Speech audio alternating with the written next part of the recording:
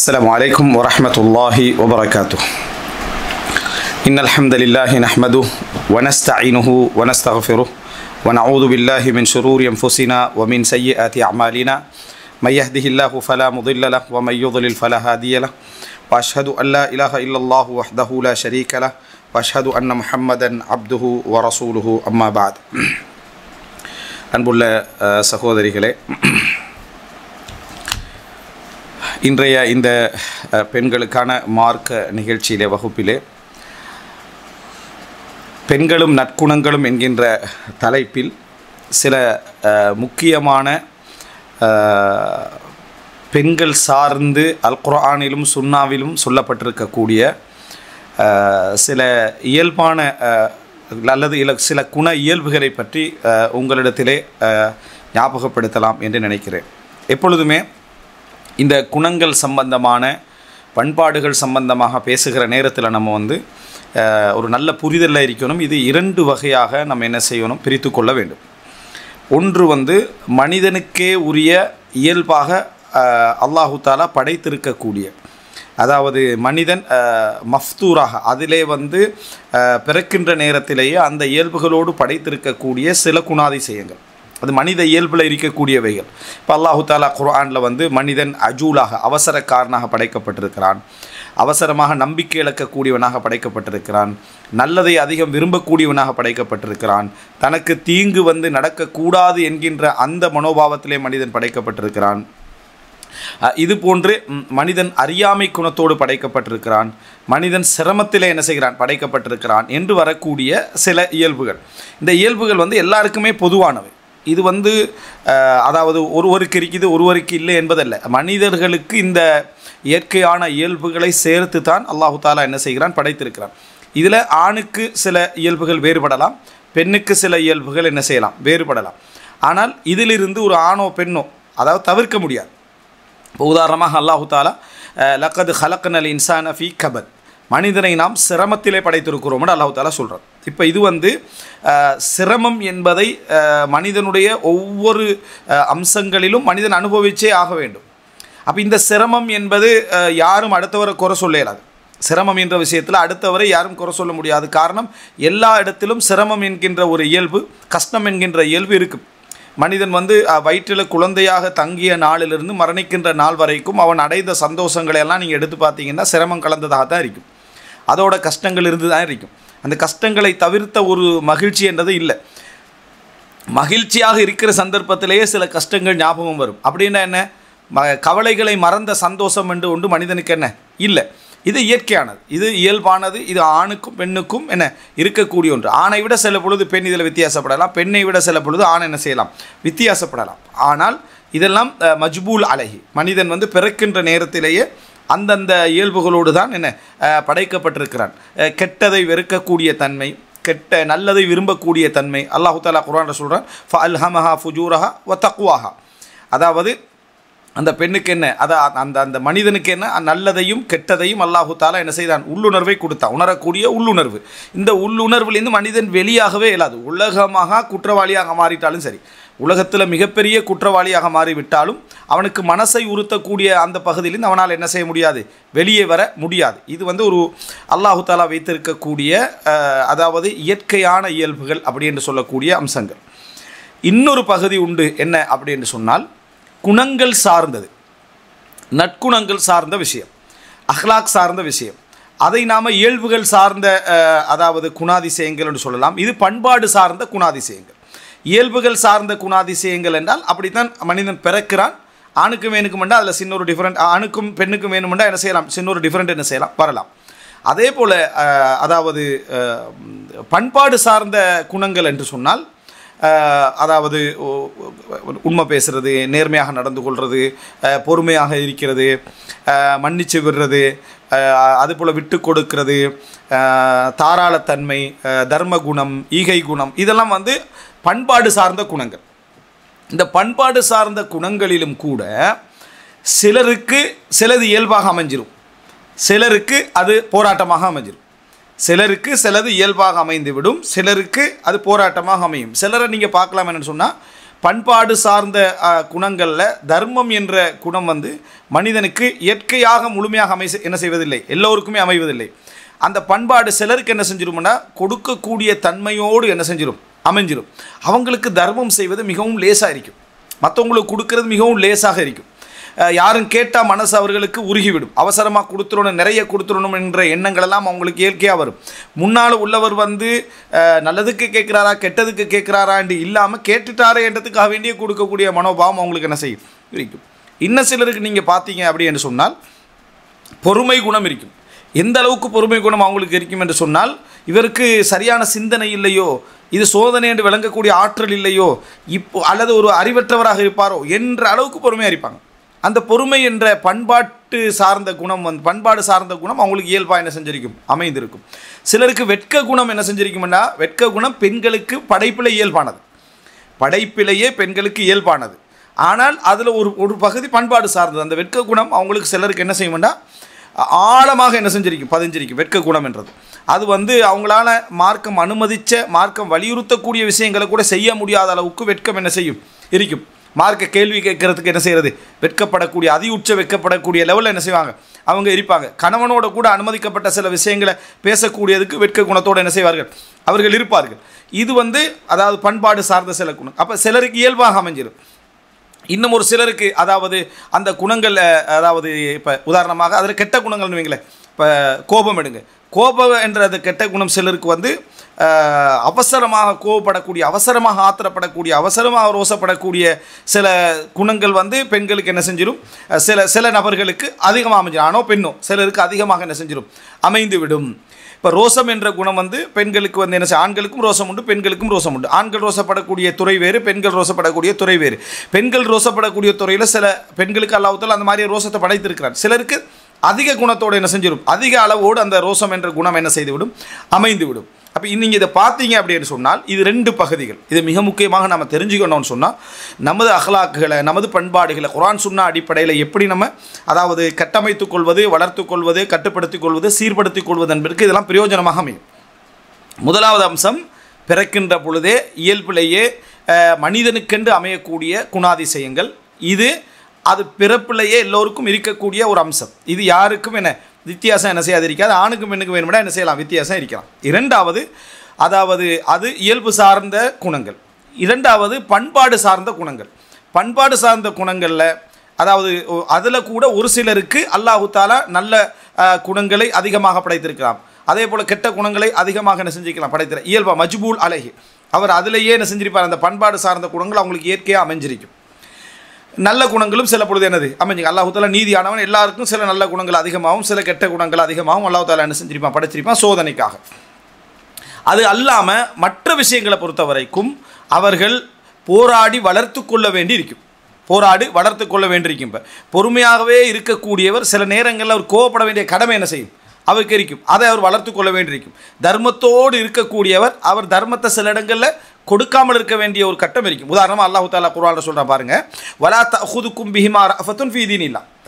அதாவது விபச்சாரம் செய்தவர்களுக்கு தண்டனை கொடுக்குற நேரத்தில் அல்லாஹ்வுடைய மார்க்கத்தில் உங்களுக்கு உள்ளத்தில் வந்து கருணை வரக்கூடாது, அவர்கள் மீது, குற்றவாளிகள் மீது கருணை வரக்கூடாதுன்றான்.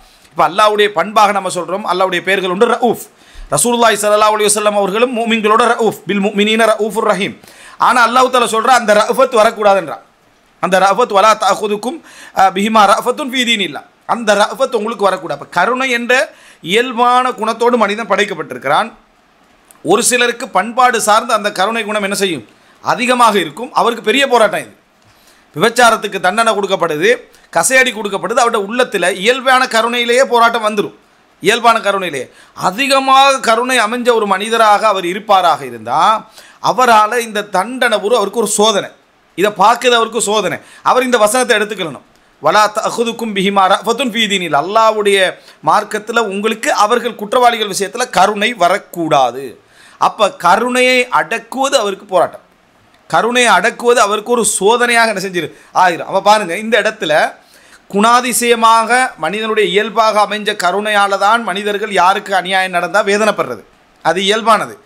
ஆனால் ஒருவருக்கு அது பண்பாடு சார்ந்து அதிகமாக அமைஞ்சிட்டுன்னு சொன்னால் அவருக்கு அது பெரும் யுத்தம், அவரால் பார்க்க சகிக்க இயலாது. அதனால தான் இன்றைக்கு சில கண்டென்ட்கள் வர டைமில் இதில் உள்ள சில வீடியோக்கள் வந்து உங்களுக்கு பொருத்தம் இல்லாமல் என்ன செய்யும் இருக்கும், உங்களோட மனசை காயப்படுத்துகிறாங்க, பார்க்கணும். அதை தேடி பார்க்குறாங்கலாம் இருக்கு, அதை தவிர்த்துட்டு போகிறவங்க இருக்கு, அதை தேடி பார்க்குறவங்க இருக்கு. இதுலேருந்தே உங்களுக்கு சில உதாரணங்கள் எடுத்துக்கலாம். உண்டு மனித இயல்பில் பாதிப்பான அதாவது காட்சிகளை பார்க்குற சக்தி குறைவு. ஆனால் சிலருக்கு பண்பாடு சார்ந்து அதை என்ன செய்யும், தைரியம் கூட அமைஞ்சிருக்கும். தைரியம் கூட அமைந்தவர்கள் வெற்ற காட்சியெல்லாம் ரிவர்ஸ் பண்ணி பார்ப்பாங்க, அணுவா என்ன செய்வாங்க பார்ப்பாங்க. அவங்களுக்கு ஒரு தைரியமாக தாங்கக்கூடிய சக்தி கூடுதலாக என்ன செஞ்சிருக்கும், அமைந்திருக்கும். சிலருக்கு அது முடியாமல் இருக்கும். சிலருக்கு இதெல்லாம் சாதாரணமாக கோழி இருக்கிறது, ஆடு மாடு இருக்கிறது கூட பார்க்குறதுக்கு சக்தி இல்லாதவங்க என்ன செய்வாங்க இருப்பாங்க. அப்போ இந்த மாதிரி இருக்கிற டைமில் அது அவருக்கு சோதனையாக, அப்படின்னா கருணையுடைய குணம் அதிகமாக உள்ள ஒரு மனிதருக்கு இந்த தண்டனைகள் சோதனையாக அமையும். அப்படிப்பட்டவர்கள் தங்களோட இயல்புகளை புரிஞ்சிட்டாங்கன்னு சொன்னால் அவங்க அவசரமாக எதுக்கும் ஒரு முடிவு சொல்லி தீர்ப்பு சொல்லி போகிறேன்டா கருணை சார்ந்ததே எல்லாம் இருக்கும். கருணை மட்டுமே இருக்கிறவரால் ஒரு நிர்வாகத்தை செய்யலாது. வெறுமனே கருணை மட்டும் அதிகமாக ஒருத்தருக்கு பண்பாடு ரீதியாக அமைச்சிட்டு வைங்கிற நல்ல விஷயம். இந்த ஒரு ஆள் கேட்குறாரு, கருணை உள்ளவர், நான் அதிகம் இரக்கம் உள்ளவனாக இருக்கிறேன், என்ன செய்கிறது அப்படின்னு சொன்னால் அதை மொத்தமாகவே நல்ல குணம்னு என்ன செய்யலாது, எடுத்துடையலாது. கருணை நல்ல குணம் அசுல்ல, கருணை அசுல்ல நல்ல குணமாக இருந்தாலும் இது நிர்வாகம் பண்ணுறதுக்கு இயலாது. அதனால தான் அல்லாஹ் தஆலா அபூதர் அல் கிஃபாரி ரலியல்லாஹு ரசூல் ஸல்லல்லாஹு அலைஹி வஸல்லம் அபூதர் அல் கிஃபாரி ரலியல்லாஹு பார்த்து சொல்கிறாங்க, நீங்கள் 2 பேருக்கு மத்தியில் தீர்ப்பு சொல்ல போக வேண்டாம், தலைவராக போக வேண்டாம். தமரன் அதாவது 2 பேருக்கு இடையில தலைவராக என்ன செய்ய வேண்டாம், போக வேண்டாம் என்று ரசூல் ஸல்லல்லாஹு அலைஹி வஸல்லம் சொல்கிறாங்க. என்ன காரணம்? பலகீனம். இன்னக்க தஈஃப், நீங்கள் பலகீனமானவர் அங்கே சொல்கிற உடல் பலகீனம், அவர் உடலில் பலமானவர், உள்ளத்தால் இறக்கம் கூட அவர் அதிகம். அப்போ நீங்கள் தீர்ப்பு சொல்கிறதுக்கு என்ன செய்ய வேண்டாம், போக வேண்டாம் என்றாங்க. அப்போ இது நிர்வாகம். ஒரு அஹ்லாக்கை நம்ம எப்படி அணுகணும் என்பதற்கான முக்கியமான ஒரு அம்சம். சிலது இருக்குது, நம்ம வந்து நல்ல பண்பாடுகள் சிலருக்கு அமைஞ்சிருக்கும், அதை நம்ம பாராட்டி வளர்க்கணும். எப்பயும் நல்ல விஷயங்கள் ஊக்கப்படுத்தப்பட்டால் வளரும், வணங்கிட்டா கெட்ட விஷயங்கள் ஊக்கப்படுத்தப்பட்டாலும் வளரும். அதனால் ஊக்கப்படுத்தல் கவனமாக இருக்கும். ரசூல் ஸல்லல்லாஹு அலைஹி வஸல்லம் அவர்கள்ட்ட ஒரு நபித்தோழர் வந்து, அதாவது அப்துல் கைஸ் அப்துல் கைஸ் நபித்தோழர்களில் ஒருவர், அந்த அப்துல் கைஸ் அந்த சமுதாயத்தை சேர்ந்த தலைவரில் ஒருவர் வந்து இஸ்லாத்தை ஏற்றுக்கிறார். அப்போ ரசூல் ஸல்லல்லாஹு அலைஹி வஸல்லம் உங்களோட சமுதாயத்துக்கும் சேர்த்து நீங்கள் இஸ்லாத்துக்கு பையத் செய்யுங்கன்றாங்க. உங்களோட சமுதாயம் இஸ்லாத்தை ஏற்றுக்கொண்டேன். இல்லை, நான் அவங்களோட மஷூரா பண்ணிட்டு வந்து என்ன செய்கிறேன் சொல்கிறேன், பேசிட்டு வந்து சொல்கிறேன். அப்போ ரசூல் ஸல்லல்லாஹு அவரை பார்த்து சொல்கிறாங்க, இன்ன ஃபீக்கலா ஹஸ்லத்தை யுஹிப்புஹும் அல்லாஹு வ ரசூலு, உங்கள்கிட்ட 2 பண்பாடுகள் இருக்குது, அல்லாஹ்வும் தூதரும் விரும்புகிறாங்க. என்னது? அல் ஹில்மு அல் அனாத், நிதானமும் இறக்க குணமும் என்றாங்க ரசூலுல்லாஹ். நிதானமும் இறக்க குணமும். இப்போ பாருங்கள், ரசூல் ஸல்லல்லாஹு அலைஹி வஸல்லம் இந்த இடத்துல சொல்கிற டைமில் உங்களுக்கு இந்த 2 பண்புகள் என்ன செய்து இருக்கு, அல்லாஹ்வும் ரசூலும் விரும்புகிறேன்னு ஆர்வப்படுத்துகிறாங்க. அபூதர் அல் கிஃபாரியை பார்த்து சொல்கிறாங்க, இன்னக்க தஈஃப், நீங்கள் பலகீனமானவர், அதே கருணை தான், நீங்கள் இதை எதை செய்யக்கூடாதுன்னு சொல்கிறாங்க. தலைவராக என்ன செய்யக்கூடாது, நீங்கள் வரக்கூடாது அப்படின்னு என்ன செய்கிறாங்க சொல்கிறாங்க. அங்கே கருணை இருந்துச்சு, ஆனால் அந்த கருணையில் ஒரு நிதானம் என்ன அங்கே இல்லை. இங்கே விட்ட கருணை இருக்குது, நிதானம் என்ன செய்யுது சேர்ந்துருக்கு. இதனால் சொல்லுவாங்க இரட்டை பண்புகள் அப்படி என்று சொல்லி ஒரு தலைப்பு, அது முக்கியமான தலைப்பு தான் இந்த குணங்கள் சார்ந்த விஷயத்தில். இரட்டை பண்புகள், இது தலைப்புடைய நோக்கமே நீங்கள் என்ன புரிஞ்சுக்கணும்னா, எங்களோட அஹ்லாக்குகளை நாங்கள் அடையாளம் கண்டுகொள்வதும், அடுத்தவர்களுடைய அஹ்லாக்குகளை அடையாளம் கண்டு அவர்களோடு எப்படி பழகுவது என்பதை புரிந்து கொள்வது தான் நோக்கம். அப்போ இரட்டை பண்புகள் இருக்கும். இந்த இரட்டை பண்புகள் என்றால் ஒன்றை நிரப்பக்கூடிய நல்ல பண்புகள். அது அமைஞ்சிட்டேன்டா அது கிட்டத்தட்ட அஹ்லாக்கில் ஒரு பூரணமான குணம் மாதிரி. அல்லாஹ் தஆலா கிஃப்டாக கொடுத்ததுகளும் இருக்கும். இதில் சிலது வந்து நம்ம வளர்த்துக்கொள்ள வேண்டிய மனசும் இருக்கும், அடுத்தவங்கள்ட்ட நாங்கள் புரிஞ்சு தீர்ப்பு சொல்ல வேண்டியதும் இருக்கும். அல் ஹில்மு அல் அனாத், நிதானமும் கருணையும் என்றாங்க. அப்போ கருணை இருக்கணும், நிதானம் என்ன செய்யணும் இருக்கணும். கருணை இருக்கணும், நிதானம் இருக்கும். இப்போ என்ன சமுதாயம் அவசரமாக இஸ்லாத்துக்கு வந்துடணும் அப்படின்ற அந்த கருணை காரணமாக அவர் பையத்து செய்யலை, கொஞ்சம் நிதானமாக இருந்தார். பேத்து நான் என்ன செய்கிறேன், நான் வந்து அந்த சமுதாயத்தோட மஷூரா பண்ணிட்டு வாரேன் என்ன செய்கிறாரு சொல்கிறாரு. அப்போ இது ஒரு முக்கியமான ஒரு அம்சம். கருணை அதிகமாக இருக்கின்ற பொழுது தலைவராக போவது என்பது ஒரு ஆபத்தான நிலை. இதுதான் அரசியல் இன்வெஸ்ட்மெண்ட்டும் தான் முதலீடு. அரசியல் முதலீடு என்னென்னா, மீடியாக்கள ஒரு கட்சிக்கு எதிரான அல்லது தலைவருக்கு எதிரான அல்லது ஒரு கணவனுக்கு எதிரான, ஒரு கம்பெனியோட பிரின்சிபல், ஒரு ஸ்கூலுடைய பிரின்சிபலுக்கு எதிரான, அதுபோல் எல்லாவோட நிர்வாகத்துக்கு எதிரான முதலீடும் கருணை இன்வெஸ்ட்மெண்ட் தான். அங்கே எல்லாம் என்ன செய்வாங்கடா, மனிதன்ட்ட கருணை என்ற இயல்பாக இருக்கும். அதில் சிலர் பண்பாடு சார்ந்து கருணைகள் கூட குறைய நிறைய உள்ளவங்க இருப்பாங்க. அப்போ இறக்க குணத்தை அதாவது செய்திகளில் கலந்து போட்டுவிட்டோம்னு சொன்னால் அது எல்லாருக்கும் எதிராக, நிர்வாகம் பண்ணுற எல்லாருக்கும் எதிராக என்ன செய்யும், அது மாறும். அதான் சொல்கிறேன், இறக்க குணம் அதிகமாக இருக்கின்ற பொழுது அதில் நிதானமும் இல்லைன்னா அவரால் நிர்வாகம் செய்ய முடியாதுன்னு ரசூலுல்லாஹ் சொல்லிட்டாங்க. அப்படின்டா நிதானம் இல்லாத மக்கள் தான் அதிகமாக இருப்பாங்க. அவங்களுக்கு இந்த செய்தியை பரத்துவிட்டானுங்களே, இந்த தலைவர் இவரை சிறைச்சாலையில் அடைத்து விட்டாருன்னா அவருக்கு எதிராக எல்லாரும் கிளம்பிடுவாங்க. அதே போல் என்னது, இந்த கணவர் இந்த மனைவியை அடிக்கிறார்னா அவருக்கு எதிராக எல்லாரும் என்ன செஞ்சிருவாங்க, கிளம்பிடுவாங்க. இந்த பொஸ் இருக்கிறார், அவர் வந்து எந்த சேலரி ஒழுங்காக கொடுக்குறாரு இல்லைன்னா அவருக்கு எதிராக எல்லாரும் கிளம்பிடுறது. பிரின்சிபல் ஒரு ஊரில் உருப்படியாக ஒரு பிரின்சிபலை வைக்கலாது. என்ன காரணம்னா இந்த கிளம்பிடுறது. சரியா, எதை அவன்ட்டு சொன்னோன்னே அவசரமாக கிளம்பிடுறது. இதுதான் இந்த நிர்வாகங்கள் சீர்குலைவதற்கு இந்த மீடியாக்கள் பயன்படுத்தக்கூடிய ஒரு முக்கியமான ஒரு இடம். அந்த நிதானமின்மை என்ன செஞ்சிருமென்று சொன்னால் எல்லாத்தையும் அடிச்சுட்டு போயிடும். இதில் நம்ம மிகவும் கவனமாக இருக்க வேண்டும். ஒருத்தர் வந்து ஒரு 1000 ரூபாய்க்கு ஒரு நாளைக்கு 1000 மட்டும் அழகாக ஒரு சேலரியை சம்பாரிச்சுக்கின்னு இருப்பார். அந்த கடைக்கு போகிறது, அந்த ஹோட்டலில் போய் தின்னுட்டு எல்லாம் செஞ்சுட்டு எவ்வளோ சேலரி தராங்கன்னு கேட்குறது. இப்படி தான் 15 தராங்க 30 தராங்கன்ற, அவ்வளோ தராங்க, இதில் இருக்கிறது போல பிச்சை எடுக்கலான்ட்டு அவன் போயிடுறது. சரியா, போனதோட இவருக்கு அதில் போனதுலேருந்து இவனை மனசு குறுகுறுப்பாகவே இருந்துட்டுருக்கு. அப்போ எந்த வேலையும் என்ன செய்ய மாட்டார், அதாவது செய்யாமல் அவர் பௌஸ்தார வேலையெல்லாம் இது எனக்கு செய்யலாது அது எனக்கு செய்யலாது என்று சொல்லி இதில் இந்த கடையில் நான் சேலரி எடுக்கிறது போல வீட்டில் பிச்சை எடுக்கிறனால மட்டும் சொல்லிடுவார்.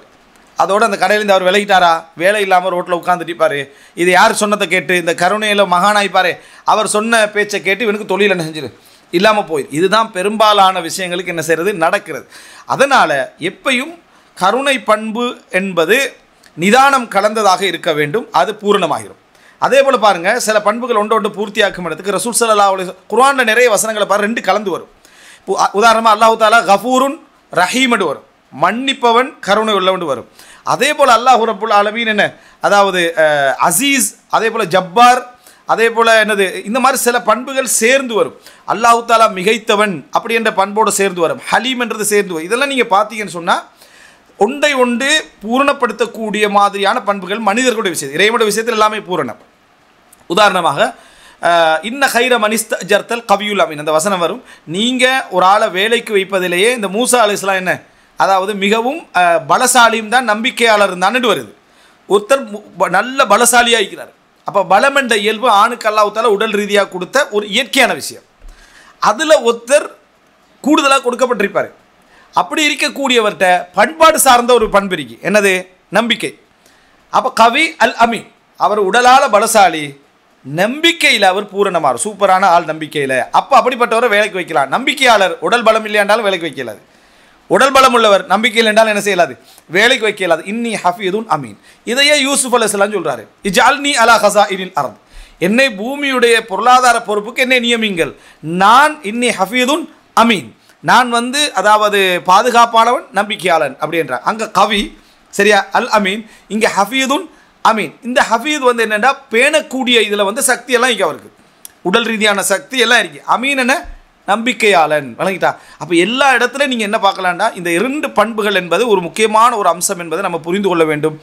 இது 2ம் ஒன்று என்ன செய்யும், பூர்த்தி செய்யும். ஒன்று மட்டும் இருந்தால் அது ஒரு பூரணம் அடையாத நற்குணமாக என்ன செய்யும், அது இருக்கும் என்பதை நம்ம புரிந்து கொள்ள வேண்டும். அதனால தான் சில விஷயங்கள் இப்போ கெட்டதுலேயும் பாருங்கள், பூரணமான நற்குணங்கள் அமையணும்னா அந்த 2 இருக்கணும். உதாரணமாக வஹ்ஜுர்ஹும் ஹஜ்ரன் ஜமீலா வஸ்பிர் சபரன் ஜமீலா, வழங்கிட்டா.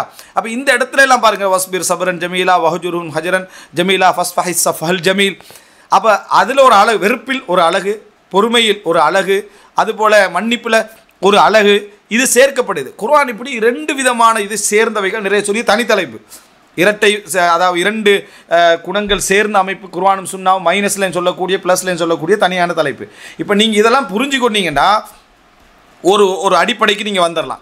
என்னென்னா மனிதனுக்கண்டு அல்லாஹ் தஆலா பிறப்பிலேயே சில இயல்பான குணங்களை கொடுத்திருக்கிறான். அது மனித இயல்பு, அது மனித இயல்புகள் அப்படின்னு புரிஞ்சுக்கணும்.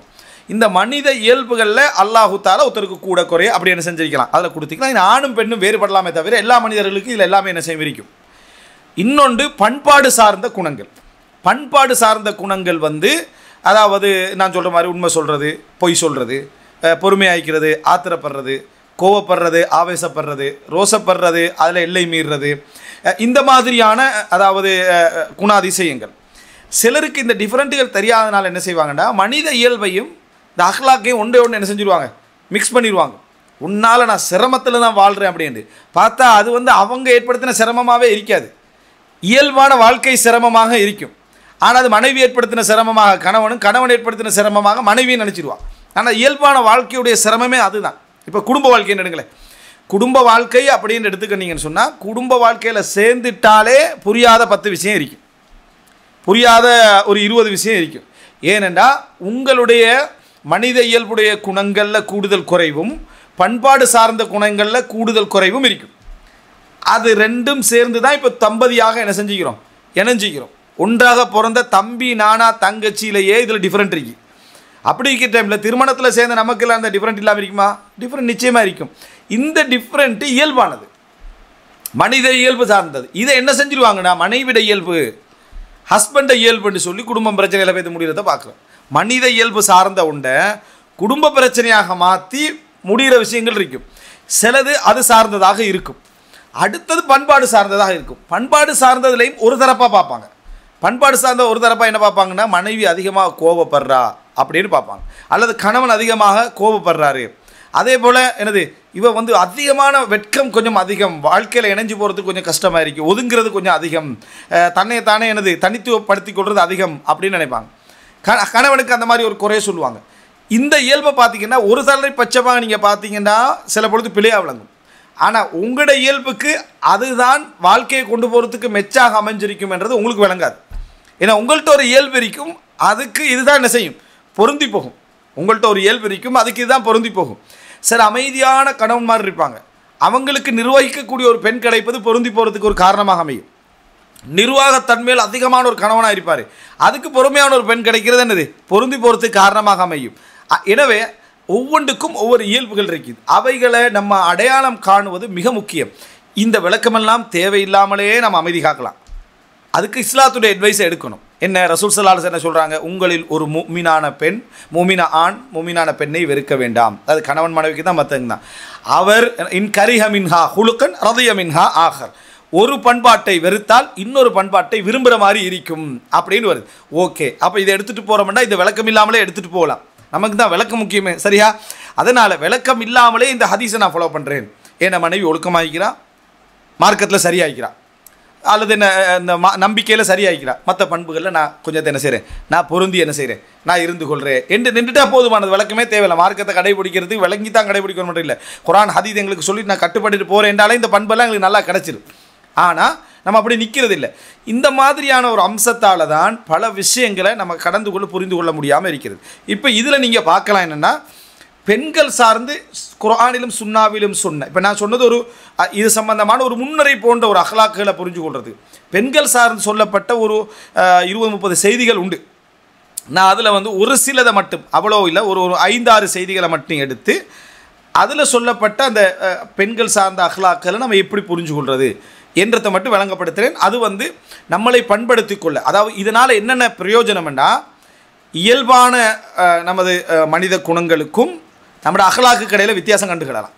இரண்டாவது வந்து அதாவது என்னட்ட உள்ள எந்த பகுதிக்காக எனது எதிர்த்தரப்பில் உள்ள மனைவியோ கணவனுடைய குணங்கள் மெச்சாகி போகிறதுக்கு, அல்லது அதில் மைனஸ் இருந்ததுனால இல்லை ப்ளஸ், அதனால் இது ரெண்டும் மெச்சாகி போகிறதுக்கு பொருத்தமாக அமைகிறது என்றதுக்காக. மூன்றாவது, அடுத்தவர்களுடைய குணங்களை நம்ம எப்படி பொறுமையாக டீல் பண்ணணும், ஏன்னா எங்களில் அவங்க பொறுக்க வேண்டிய என்னென்ன குணங்கள் இருக்குது என்று தெரிந்து கொள்வதற்காக. நான் எப்படிப்பட்ட குணத்தை என்ன செய்யணும், வளர்த்து கொள்ளணும் என்பதற்காக. இன்னொரு வகையில் நான் எதில் கலந்து கொள்ளக்கூடாது, எதில் கலந்து கொள்ளணும், எதை நான் பொறுப்பெடுக்கணும், எதை நான் பொறுப்பெடுக்கக்கூடாது என்றதை நம்மளே அடையாளப்படுத்திக் கொள்வதற்காக இந்த அஹ்லாக் என்ன மிக முக்கியமான ஒரு பகுதி. இந்த குணவியல் சார்ந்த இந்த பகுதி மிக முக்கியமானது. இப்போ பாருங்கள், அல்லாஹ் தஆலா குர்ஆனில், அதாவது சூரா கஸஸ் 25-26 வசனத்தில் அந்த மூசா அலைஹிஸ்ஸலாத்துடைய அந்த சம்பவம் நடந்து முடிஞ்சோடனே அல்லாஹ் தஆலா, அதாவது ஆண்களையும் குர்ஆனில் சொல்லுவான், பெண்களையும் குர்ஆனில் அல்லாஹ் தஆலா சொல்லுவான். ஆண்களை சொல்கிற சந்தர்ப்பத்தில் வஜா அரஜுலும் மின் அக்ஸல் மதீனத்தி எஸ்ஸா, விளங்கிட்டா, அந்த அந்த நகரத்துடைய ஒரு கோடி அந்த மூலையிலிருந்து ஒரு மனிதர் என்ன செஞ்சார், வேகமாக வந்தார். வருகை அல்லாஹ் தஆலா எஸ்ஸா, வேகமாக வந்தார், விரைந்து வந்தார் அப்படின்னு அல்லாஹ் தஆலா சொல்கிறார். அது ஆணுடைய இயல்பில் உள்ள ஒரு சப்ஜெக்ட் அல்லாஹ் தஆலா சொல்கிறார். ஃபஜாஅத்து இஹ்தாஹுமா தம்ஷி அலஸ்தஹியா. அல்லாஹ் தஆலா இங்கே சொல்கிற டைமில் அந்த 2 பெண்களில் ஒரு பெண் வெட்கத்தோடு வந்தாள் அப்படின்னு அல்லாஹ் தஆலா சொல்கிறார். அப்போ இது வந்து அல்லாஹ் தஆலா இயல்பு எங்களுக்கு சொல்லித்தரக்கூடிய ஒரு முக்கியமான ஒரு இடம். குறைவாக உள்ளவர்கள் இதை நிறைவாக வளர்த்து கொள்ளணும். சிலருக்கு என்ன செய்யும், வெட்கம் என்ற இயல்பு அல்லாஹ் தஆலா பெண்களுக்கு கொடுத்து வைக்கக்கூடிய மனித இயல்பு. ஆனால் நமக்கு ஏதோ ஒரு காரணமாக அது குறைஞ்சிடும். ஏதோ ஒரு காரணமாகனா ஜெனட்டிக்கலிக்கு நம்ம குறைஞ்சிருக்கலாம், ஜெனட்டிக்கலையும் அஹ்லாக்கில் இது இருக்குது, அது குறைஞ்சிருக்கலாம். சிலபஸ் குறைச்சுட்டிக்கும். நம்ம படிக்கக்கூடிய குரங்கியல் சிலபஸ் இருக்குது தானே, அது வந்து குறைச்சி விட்டுருக்கும். ஸ்கூலில் நம்ம படிக்கக்கூடிய அந்த சிலபஸ் என்ன செய்யும், அது வெட்கமின்னையே போதிக்கும். அது அவங்களுடைய பாடத்திட்டு தான் அப்படி தான் இருக்கும். அது போதிச்சு நமக்கே தெரியாமல் கொஞ்சமாக அந்த வெட்கத்துடைய உணர்வு வந்து நமக்கு குறைஞ்சி போய்த்திருக்கும்.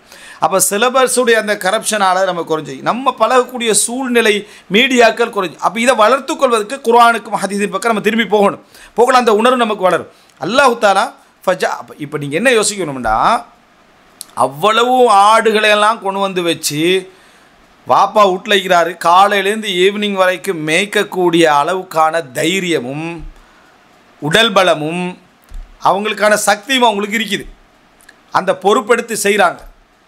ஆண்கள் எல்லாம் தண்ணீர் கொடுத்து விட்டு போன பிறகுதான் நாங்கள் தண்ணீர் என்ன செய்ய முடியும், கொடுக்க முடியும்னு ஆண்கள் முடிக்கும் வரைக்கும் அடுத்த லைனில் இவங்க என்ன செய்கிறாங்க, பெண்கள் நிற்கிறாங்க. அப்போ அந்த வேலையெல்லாம் அவங்க செய்கிறாங்க. ஆனால் அவங்கள எது விட்டு போகலேண்டா வெட்கம். இவ்வளோ வேலைகள் அவங்க செய்தும் உழைச்சி கொடுத்தும் தந்தைக்காக ஆடுகளை மேய்த்து அதை உழைத்து கொடுக்கக்கூடிய 2 பெண்களாக இருந்தும் கூட அவங்கள்ட்ட இருந்து வெட்கம் போகவில்லை. அதை அல்லாஹ் தஆலா சொல்வதற்காக ஃபஜாஅத்துஹு இஹ்தாஹுமா தம்ஷி அலா இஸ்திஹ்யா, வெட்கத்தோடு அந்த பெண்மணிகளில் ஒரு பெண்மணி வந்தார் அப்படின்னு சொல்கிறாங்க. அப்போது இது ஒரு மிக முக்கியமான அம்சம். பெண்களுடைய இயல்பென்று குர்ஆன் சொல்லக்கூடிய அம்சத்தில் வெட்கம் அப்படின்ற பகுதி சொல்லப்பட்டிருக்கு. ரசூல் ஸல்லல்லாஹு அலைஹி வஸல்லம் அல் ஹயாஉ குல்லுஹு ஈமான், வெட்கம் முழுதுமே ஈமான் நாங்கள் சொல்லுவாங்க. வெட்கம் முழுதுமே ஈமான். நீங்கள் எதுக்காக வெட்கப்பட்டீங்கன்னா அந்த வெட்கம் சில பொழுது உங்களுக்கு சில நலவுகளை தடை செஞ்சிடும். அந்த வெட்கத்தால் சில அறிவுகளை படிக்கலாமல் போயிடும். ஆனால் அந்த வெட்கம் முழுதுமே கயிறு தான். அந்த வெட்கம் முழுதுமே கயிறு தான். அப்போ பெண்கள் வெட்கத்தால் அதிகமானவர்களாக இருந்து ஒரு கல்வியை கற்றுக்கொள்வதற்கு கொஞ்சம் வெட்கத்தை குறைக்க வேண்டியிருந்தா போராடணும். அவங்க வந்து முந்திக்கணும். அவங்களோட வெட்கம் என்னது இல்லாமல் அவங்க கேள்வி வருதுன்னு சொன்னால் வெட்கத்தை கொஞ்சம் வளர்க்கணும். அவங்க கேள்வி கேட்கக்குள்ள இந்த கேள்வி எப்படி கேட்குறது, இதை கேட்கலாமா, இதை படிக்கலாமா, சரி மார்க்க விஷயம் நம்ம கேட்டு தான் ஆகணும் என்று தங்கள் வெட்கத்தோடு போராடி அந்த கேள்வி அவங்களுக்கு வருதுண்டா அது நிரப்பமாக்கின்னு அர்த்தம். கேள்வி வந்து என்ன சும்மா இயற்கையாக அதெல்லாம் என்ன வெட்கம் இருந்தாலும் பரவாயில்ல அதெல்லாம் கேட்கத்தான் வேணான்னு வந்துச்சுன்னு சொன்னால் அங்கே வந்து வளர்க்க வேண்டியிருக்கு. அவங்க ரெண்டுமே பிழை இல்லை, ஆனால் வளர்க்க வேண்டியிருக்குது. இப்போ இந்த இடத்துல அவ்வளவு ஆடு மேய்த்தவர்கள், அவ்வளோ தைரியமாக என்ன போனவங்க வந்தவங்க, தண்ணீர் கொடுக்கறதுக்கு இவ்வளோ காலம் வருஷ கணக்கில் அவங்க என்ன செஞ்சுக்கிறாங்க செய்தவர்கள், மூசா அலைஹிஸ்ஸலாத்தில் ஒரு விஷயத்தை சொல்ல வரக்குள்ள அவ்வளோ வெக்கமாக என்ன செஞ்சாங்க வந்தாங்க. ஃபஜாஅத்து இஹ்தாஹுமா தம்ஷி அங்கே யஸ்ஆ, இங்கே தம்ஷி அலா இஸ்திஹ்யா, வெட்கத்தோடு வந்தார்கள். வந்து என்ன சொன்னாங்கண்டா, காலத் இன்ன அபி யதுஊக லியஜ்ஸியக அஜ்ரமா சகைத்தலனா, எங்களுக்காக நீங்கள் தண்ணீர் புகட்டியதனால உங்களுக்கு கூலி தருவதற்காக எனது தந்தை உங்களை அழைக்கிறார். இதில் எந்த ரிக்வஸ்ட்டும் யார் பண்ணலை, இவங்க பண்ணலை. என்னது நீங்கள் கட்டாயம் வரணும், நீங்கள் நிறைய எங்களுக்கு ஹெல்ப் பண்ணிக்கிறீங்க, அதெல்லாம் இல்லை. தந்தை என்ன செய்கிறாரு, அழைக்கிறார். வார்த்தையும் அதாவது வெட்கமான ஒரு வார்த்தையை என்ன செய்ய, அதாவது அந்த வார்த்தையிலும் ஒரு வெட்கம் உண்டு, அவங்களுடைய நடையிலும் ஒரு வெட்கம் உண்டு. விளங்கிட்டா? அதுக்கு பின்னால் தந்தைகிட்ட தான் எல்லா முறைப்பாடுகளும் செய்யப்படுகிறது. அப்போ இந்த இடத்துல மிக முக்கியம், அந்த பெண்கள் தந்தையிடத்தில் போய் முறைப்பட்ட பின்னால் தான் இந்த கதையை என்ன செய்கிறாங்க எடுக்கிறாங்க. இல்லைன்னா மூசா அலைஹிஸ்ஸலாத்து அதுக்கு முன்கால என்ன செய்யலை, எதுவுமே பேசவில்லை. அதனால தான் அந்த பெண்கள் தான் சொல்கிறாங்க, யார்கிட்ட, தந்தைகிட்ட சொல்கிறாங்க, அவர்களை வந்து என்ன செய்ய பொறுப்பு கெடுங்க, இன்ன ஹைர மனிஸ்தஜர்தல் கவியுல் அமீன். அவங்க தான் சொன்னாங்க, நீங்கள் வந்து கூலிக்கு வைக்கிறதுலையே இவர் பலசாலி நம்பிக்கையாளர், இவர் பலசாலி நம்பிக்கையாளர் அப்படின்னு நம்பிக்கை அந்த பெண்கள் எங்கேருந்து புரிஞ்சாங்க. இவருடைய நடவடிக்கை, இவருடைய செயல்பாட்டில் இது புரிந்தார்கள். அந்த நம்பிக்கையும் அந்த உடல் பலத்தையும் அவங்க என்ன செஞ்சாங்க, விரும்பினார்கள். இப்போ ஸோ பெண்கள் இந்த இடத்துல வெட்கத்தை அவர்கள் அவர்களுடைய செயலிலும் நடையிலும் உடையிலும் செயல்பாடுகளிலும் பேச்சுக்களில் எல்லா விஷயத்திலையும் வெட்கம் என்றதை சார்ந்து இருப்பது என்பது ஒரு மிக முக்கியமான பண்பாடு. பொதுவாகவே பழக்கம் என்பது வெட்கத்தை குறைக்கும். பொதுவாக நட்பு என்றான என்ன சொல்லுன்னு சொன்னால், ஒழுக்க விதிகள் இழந்து போவது தான் உண்மையான நட்புன்னுவாங்க. ஒழுக்க விதிகள் என்றால் பண்பாடு சார்ந்த ஒழுக்கம் இல்லை, அதாவது சில சட்டங்கள் இல்லா போகிறது, அதை செய்யக்கூடாது, இது இருக்கக்கூடாது, அங்கே வரக்கூடாது, முதல்ல இப்படி சொல்லிட்டு வரணும், அப்படி வரட்டும் இருக்குமே. இது 2 பேருக்கு இடையில் வந்து இல்லாமல் போச்சுன்னா ஒரு 2 பேர் நட்பில் நெருங்கிட்டாங்கன்னு அர்த்தம், ரூல்ஸ் இருக்காது. அதான் நட்புல என்று. அதனால தான் அல்லாஹ் தஆலா நீங்கள் உங்கள் நண்பர்களுடைய வீடுகளிலே சாப்பிடுவது குற்றம் இல்லைன்னு என்ன செய்கிறான் சொல்கிறான். அந்த ரூல்ஸ் இல்லாமல் போயிரு. கேட்டு எடுக்க வேண்டிய நிலைமை இருந்தால் நண்பரோடு அல்ல என்ற மாதிரி. தங்கம் அது மாதிரி விஷயங்களை கேட்டு தான் எடுக்கணும். நான் சொல்கிறேன், இந்த உணவு விஷயங்கள் அது இதுகள் அது சின்ன சின்ன விஷயங்களை கேட்டு எடுக்கிறதா இருந்தால் அது வந்து அந்த நட்பு இல்லைன்னு அர்த்தம். இது வந்து ஒரு ஆணுக்கும் பெண்ணுக்கும் இடையில் அதாவது வருவதாக இருந்தால் அது கணவன் மனைவி உறவாக இருக்க வேண்டும், அல்லது இரத்த உறவாக இருக்க வேண்டும். அதை தாண்டி ஒரு இடத்துல நமக்கு தொழில் ரீதியாகவோ மார்க்க ரீதியாக ஒரு இடத்துல வருதுன்னா அங்கே வெட்கம் பரிபூர்ணமாக என்ன செய்யணும் இருக்க வேண்டும். அதுதான் இந்த இடத்துல நம்ம தெரிஞ்சு கொள்ள வேண்டிய மிக முக்கியமான பெண்களுடைய பண்பாடாக பண்பு இயல்பாக குர்ஆன் வர்ணித்து சொல்லக்கூடிய ஒரு அம்சம் என்ன, வெட்கம். அதில் பூர்ணமாக என்ன செய்கிறது இருக்கிறது என்ற ஒரு சப்ஜெக்டை பெண்களுடைய குணம் என்ற இடத்துல அல்லாஹு தஆலா மிக முக்கியமாக சொல்லி காட்டுறார். நபியுடைய மனைவியுடைய அந்த குணமாக அல்லாஹ் தஆலா என்ன செய்கிறான் சொல்லி காட்டுகிறான். அப்படின்னா இது ஒழுக்கம் சார்ந்த ஒரு அம்சம். இது ஒழுக்கம் சார்ந்த அம்சம். வெட்கம் வந்து வெறும் ஒழுக்கம் சார்ந்து மட்டும் வராது. ஒழுக்கம் சாராத சில பொது ஒழுக்கங்கள் சார்ந்த, உதாரணமாக ரசூலுல்லாஹி ஸல்லல்லாஹு அலைஹி வஸல்லம் வீட்டில் வந்து சாப்பிட்டுட்டு பேசிக்கிட்டு போகாமல் இருந்தவங்களுக்கு போங்கன்னு சொல்கிறதுக்கு வைக்கப்பட்டாங்க.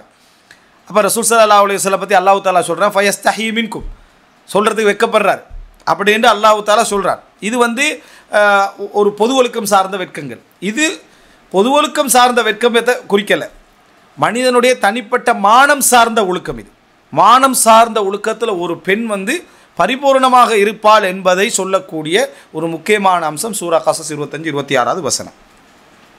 அடுத்தது என்ன அப்படி என்று சொன்னால் ரோசம் சார்ந்தது. இப்போ வந்து சஹீஹ் முஸ்லிமில் உம்மு சலமா ரலியல்லாஹு அன்ஹா செய்தி எல்லாருமே நம்ம தெரிஞ்சிருப்போம். அபூ சலமா ரலியல்லாஹு அன்ஹு அவர்கள் மரணித்த பின்னால் அவங்க ஒரு துவா கேட்குறாங்க, அல்லாஹும் உஜுர்னி ஃபி முசீபத்தி வாஹ்லிஃப்லி ஹைரம் மின்ஹா, யா அல்லாஹ் எனக்கு எனது சோதனையில் வந்து எனக்கு கூலியத்தா, அதே போல் எனக்கு பின்னால் ஒரு பரிகாரத்தை தா, விளங்கிட்டா, எனக்கு பின்னால் என்ன ஒரு பரிகாரத்தை அப்படின்னா எனக்கு ஒரு இதை விட சிறந்த ஒன்றைத்தான்னு துவா கேட்குறாரு. யாரும் உம்மு சலமா ரலியல்லாஹு அன்ஹா. அதுக்கு பின்னால் ரசூலுல்லாஹி ஸல்லல்லாஹு அலைஹி வஸல்லம் வந்து திருமணம் என்ன செய்கிறாங்க பேசுகிறாங்க. அப்போ அவங்க என்ன சொல்கிறாங்க அப்படின்னு சொன்னால், அவங்கள்ட்ட திருமணம் பேசுகிறதுக்கு வாரது யார் அப்படின்னு சொன்னால் ஹாத்திப் பின் அபி பல்தா தான் திருமணம் பேச வராரு. இப்போது ஃபக்குல்த் அவங்க என்ன சொல்கிறாங்கன்னா, இன்னலி பின்த், எனக்கு பொம்பளை பிள்ளைகள் என்ன செய்கிறாங்க இருக்கிறாங்க, வ அன கயூர், நான் ரோசம் உள்ளவள், நான் வந்து ரோசம் உள்ளவள், சரியா அப்படின்ட்டு ரசூலாங்கள்ட்ட பதில் அனுப்புகிறாங்க. ஒவ்வொருத்தரும் தண்ட குணத்தை விளங்கி இருக்கணும்ன்றதுக்கான ஒரு அழகான செய்தி, சரியா. சிலருக்கு நியாயங்கள் விளங்குது, குணங்கள் விளங்குது இல்லை, வெறும் நியாயம் மட்டும் விளங்கினாலும் பிரச்சனை தான். ஏண்டா எந்த குணத்தால் எனக்கு இது நியாயமாக விளங்குதுன்ற ஒரு பகுதி இருக்குது. ரொம்ப பொறுமையானவனால் எல்லா குற்றவியலும் பிழை என்று விளங்கு அவனுக்கு, ஏன்னா அவனுக்கு அதை நியாயமாக விளங்கு. நிதானமும் இறக்கமும் அதிகமாக இருந்தால் இந்த இடத்துல சாதாரண கீறு உளுர் அவனுக்கு என்னது அந்த என்னது இந்த இந்த இந்த இதாக இருக்கிறது என்னது அந்த இறைச்சி அதெல்லாம் சாப்பிடாமல் இருக்கிற அந்த வெஜிடேரியன் இருக்கிற அந்த குரூப் சரியாக வழங்கு. உயிர்களை கொல்லாமல் வாழ்வதுதான் நல்ல, ஏன்னா அவன் கருணையோட உச்சகட்டம் அது. அதனால் நியாயங்கள் விளங்குறதுக்கும் பண்பாடு ஒரு காரணம், அறிவு மட்டுமல்ல. சில பண்பாடுகள் வந்து சிலது நியாயப்படுத்திடும், விளங்கிட்டா. இந்த மாதிரியான இப்போ அனைத்து மதமுமே சமம் தான், எல்லாருமே ஒரே வழியைத்தான் சொல்கிறதெல்லாம் இவங்கெல்லாம் யாருன்னா உண்மையிலே உள்ளத்தால் கருணையால் என்ன ஒரு நிரம்பினவங்க. ஆனால் அறிவோ மற்ற விஷயங்களோ இல்லை. இது எப்படி தன்னை தலைகளாக பெறட்டுமென்ற விளக்கங்கள் இல்லாதவர்கள். கருணை இருக்க வேண்டும், அறிவும் இருக்க வேண்டும், வேறு பண்பாடுகளும் கலக்கிற அமைப்பில் என்ன செய்ய வேண்டும் இருக்கணும். அப்போ இவங்க சொல்கிறான், நான் கயூர், நான் ரோசம் உள்ளவள், எனவே ரசூலாங்களை பாதிச்சிடும். ஏன்டா ஏதாவது ஒரு விஷயத்தில் சின்ன ஒரு இதாகினா கூட நான் ரோசப்பட்டு ரசூலாங்களோட என்ன செஞ்சிருவேன் பேசிடுவேன், அது பாதிச்சிருமன்றாங்க. அப்போ நான் சொன்னேன் ஏற்கனவே ரோசம் என்ற இயல்பு வந்து பெண்கள் வந்து மஜ்பூலா அலை, அந்த ரோசம் என்ற குணத்தில் வந்து அவங்க படைக்கப்பட்டிருப்பார்கள். ஆண்களுக்கு ஒரு ரோசம் உண்டு, பெண்களுக்கு ஒரு ரோசம் உண்டு. பெண்களுடைய ரோசம் வந்து என்னது ஒரு விதமான ரோசம் அதில் இருக்குது. டிஃபரன்ஸ் வந்து நம்ம முழுசாக சொல்ல முடியாது, ஆனால் ரோசம் இருக்குது. அந்த ரோசம் வந்து சில பொழுது அதிகமாக இருந்தால் அவங்க தன்னைத்தானே அழிச்சு கொள்வாங்க, அவங்க தன்னைத்தானே இழந்து கொள்வாங்க. அப்படிப்பட்ட ஒரு ரோசமாக என்ன செய்யும் வரும். இப்படிப்பட்ட ஒரு நிலைமை என்ன எனக்கு இருப்பதனால நான் அதை பயப்படுகிறேன்றாங்க. ரசூலுல்லாஹி ஸல்லல்லாஹு அலைஹி வஸல்லம் சொல்கிறாங்க, அவருடைய மகளை பொறுத்த வரைக்கும் அவங்களுக்கு தேவையான விஷயங்கள் நடைபெறுவதற்கு நான் பிரார்த்தனை செய்கிறேன். ரோசத்தை பொறுத்த வரைக்கும் அந்த ரோசத்தை போக்குவதற்கு அல்லாஹ்விடத்தில் துவா செய்கிறேன். ரோசம் சிறந்தது, அளவுக்கு மீறிய ரோசத்தை இல்லாமலாக்க நான் துவா செய்கிறேன். அப்படின்னா அந்த ரோசம் இயல்பாக எவ்வளோ குறிக்குமோ அவ்வளோக்கு வாரத்துக்கு நான் துவா செய்கிறேன்றான். அப்போ ரசூல்லாங்க அந்த பண்பாடை வந்து குறைப்பதற்காக துவா செய்கிறேன் அப்படின்றாங்க. அப்போ இந்த இடம் மிக முக்கியம். என்ன ரசூலுல்லாஹ் அதை தாங்கிறதுக்கு ரெடி ஆகிட்டாங்க. உம்மு சலமா ரலியல்லாஹு அன்ஹா அந்த அளவுக்கு அதிகமான ரோசத்தை பொறுத்து கொள்ள ரசூல் ஸல்லல்லாஹு தயாராகிறாங்க. அந்த அளவுக்கு ரசூலுல்லாஹ்வுக்கு விசாலமான மனப்பான்மை உண்டு. அதுக்கு அல்லா இடத்துல துவா செய்கிறேன்னு என்ன செய்கிறாங்க சொல்கிறாங்க. இப்போ இந்த இடத்துல ரசூலுல்லாஹ் தன்னை உம்மு சலமா ரலியல்லாஹு தன்னை அடையாளம் காண்றாங்க.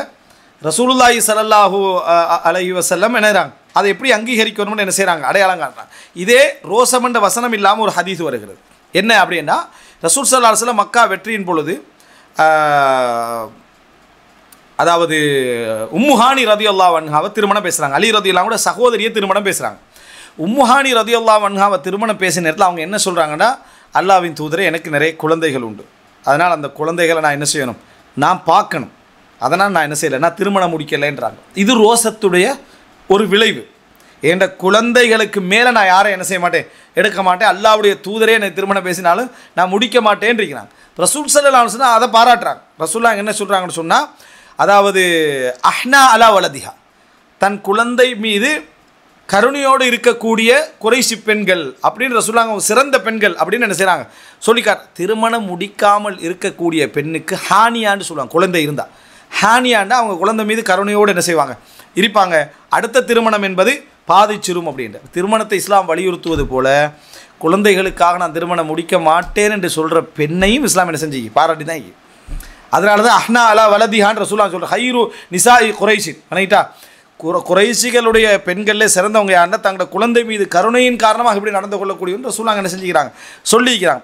ரோசத்துடைய விளைவு கருணையுடைய உச்சம். அந்த கருணையுடைய உச்சம் குழந்தைகள் மீது பெண்களுக்கு இயல்பாக இருக்கும்.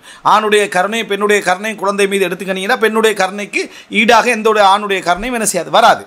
அப்போ அந்த அடிப்படையில் நீங்கள் எடுத்து பார்த்தீங்கன்னா அது ஒரு ரோசத்துடைய உச்சம். அது திருமணத்தை பாதிக்கும் என்று விளங்கினது, திருமணம் அதை பாதிக்கும் என்று விளங்கினதுனால அவங்க என்ன செய்கிறாங்க, அதை வேண்டாமன்றாங்க. ரசூலுல்லாஹ் அங்கீகரிக்கிறாங்க. இங்கே ரசூல் ஸல்லல்லாஹு அலைஹி வஸல்லம் துஆ செய்கிறாங்க. அந்த ரோசத்துடைய அளவை குறைக்கிறதுக்கும் அந்த பிள்ளைக்கு ஏதாவது ஒரு மாற்றீடு நடப்பதற்கும் ரசூல் ஸல்லல்லாஹு அலைஹி வஸல்லம் என்ன அது நடக்கும் அப்படி என்று சொல்லி வாக்களிப்பதை நம்ம என்ன செய்கிறோம் பார்க்கிறோம். அப்போ இது இரண்டாவது குணம் பெண்கள் விளங்கி கொள்ள வேண்டும். தங்களுக்கு தாங்கள் எதை சொந்தமாக்கி வைத்திருக்கிறோமோ அந்த உணர்வுகள் சார்ந்த சொந்தங்களில் ரோசம் இருக்கும். குழந்தைகள் மீது அதிக ரோசம் இருக்கும். கணவனை விட குழந்தைகள் மீது என்ன செய்யும் அதிக ரோசம் பெண்களுக்கு என்ன செய்யும் இருக்கும். கணவன் மீது அதிகமான ரோசம் என்ன செய்யும் பெண்களுக்கு இருக்கும். எனவே அந்த ரோசத்தை ஒரு ஆண் எப்படி புரிஞ்சுக்கொள்ளணும்னா நல்லது தான்.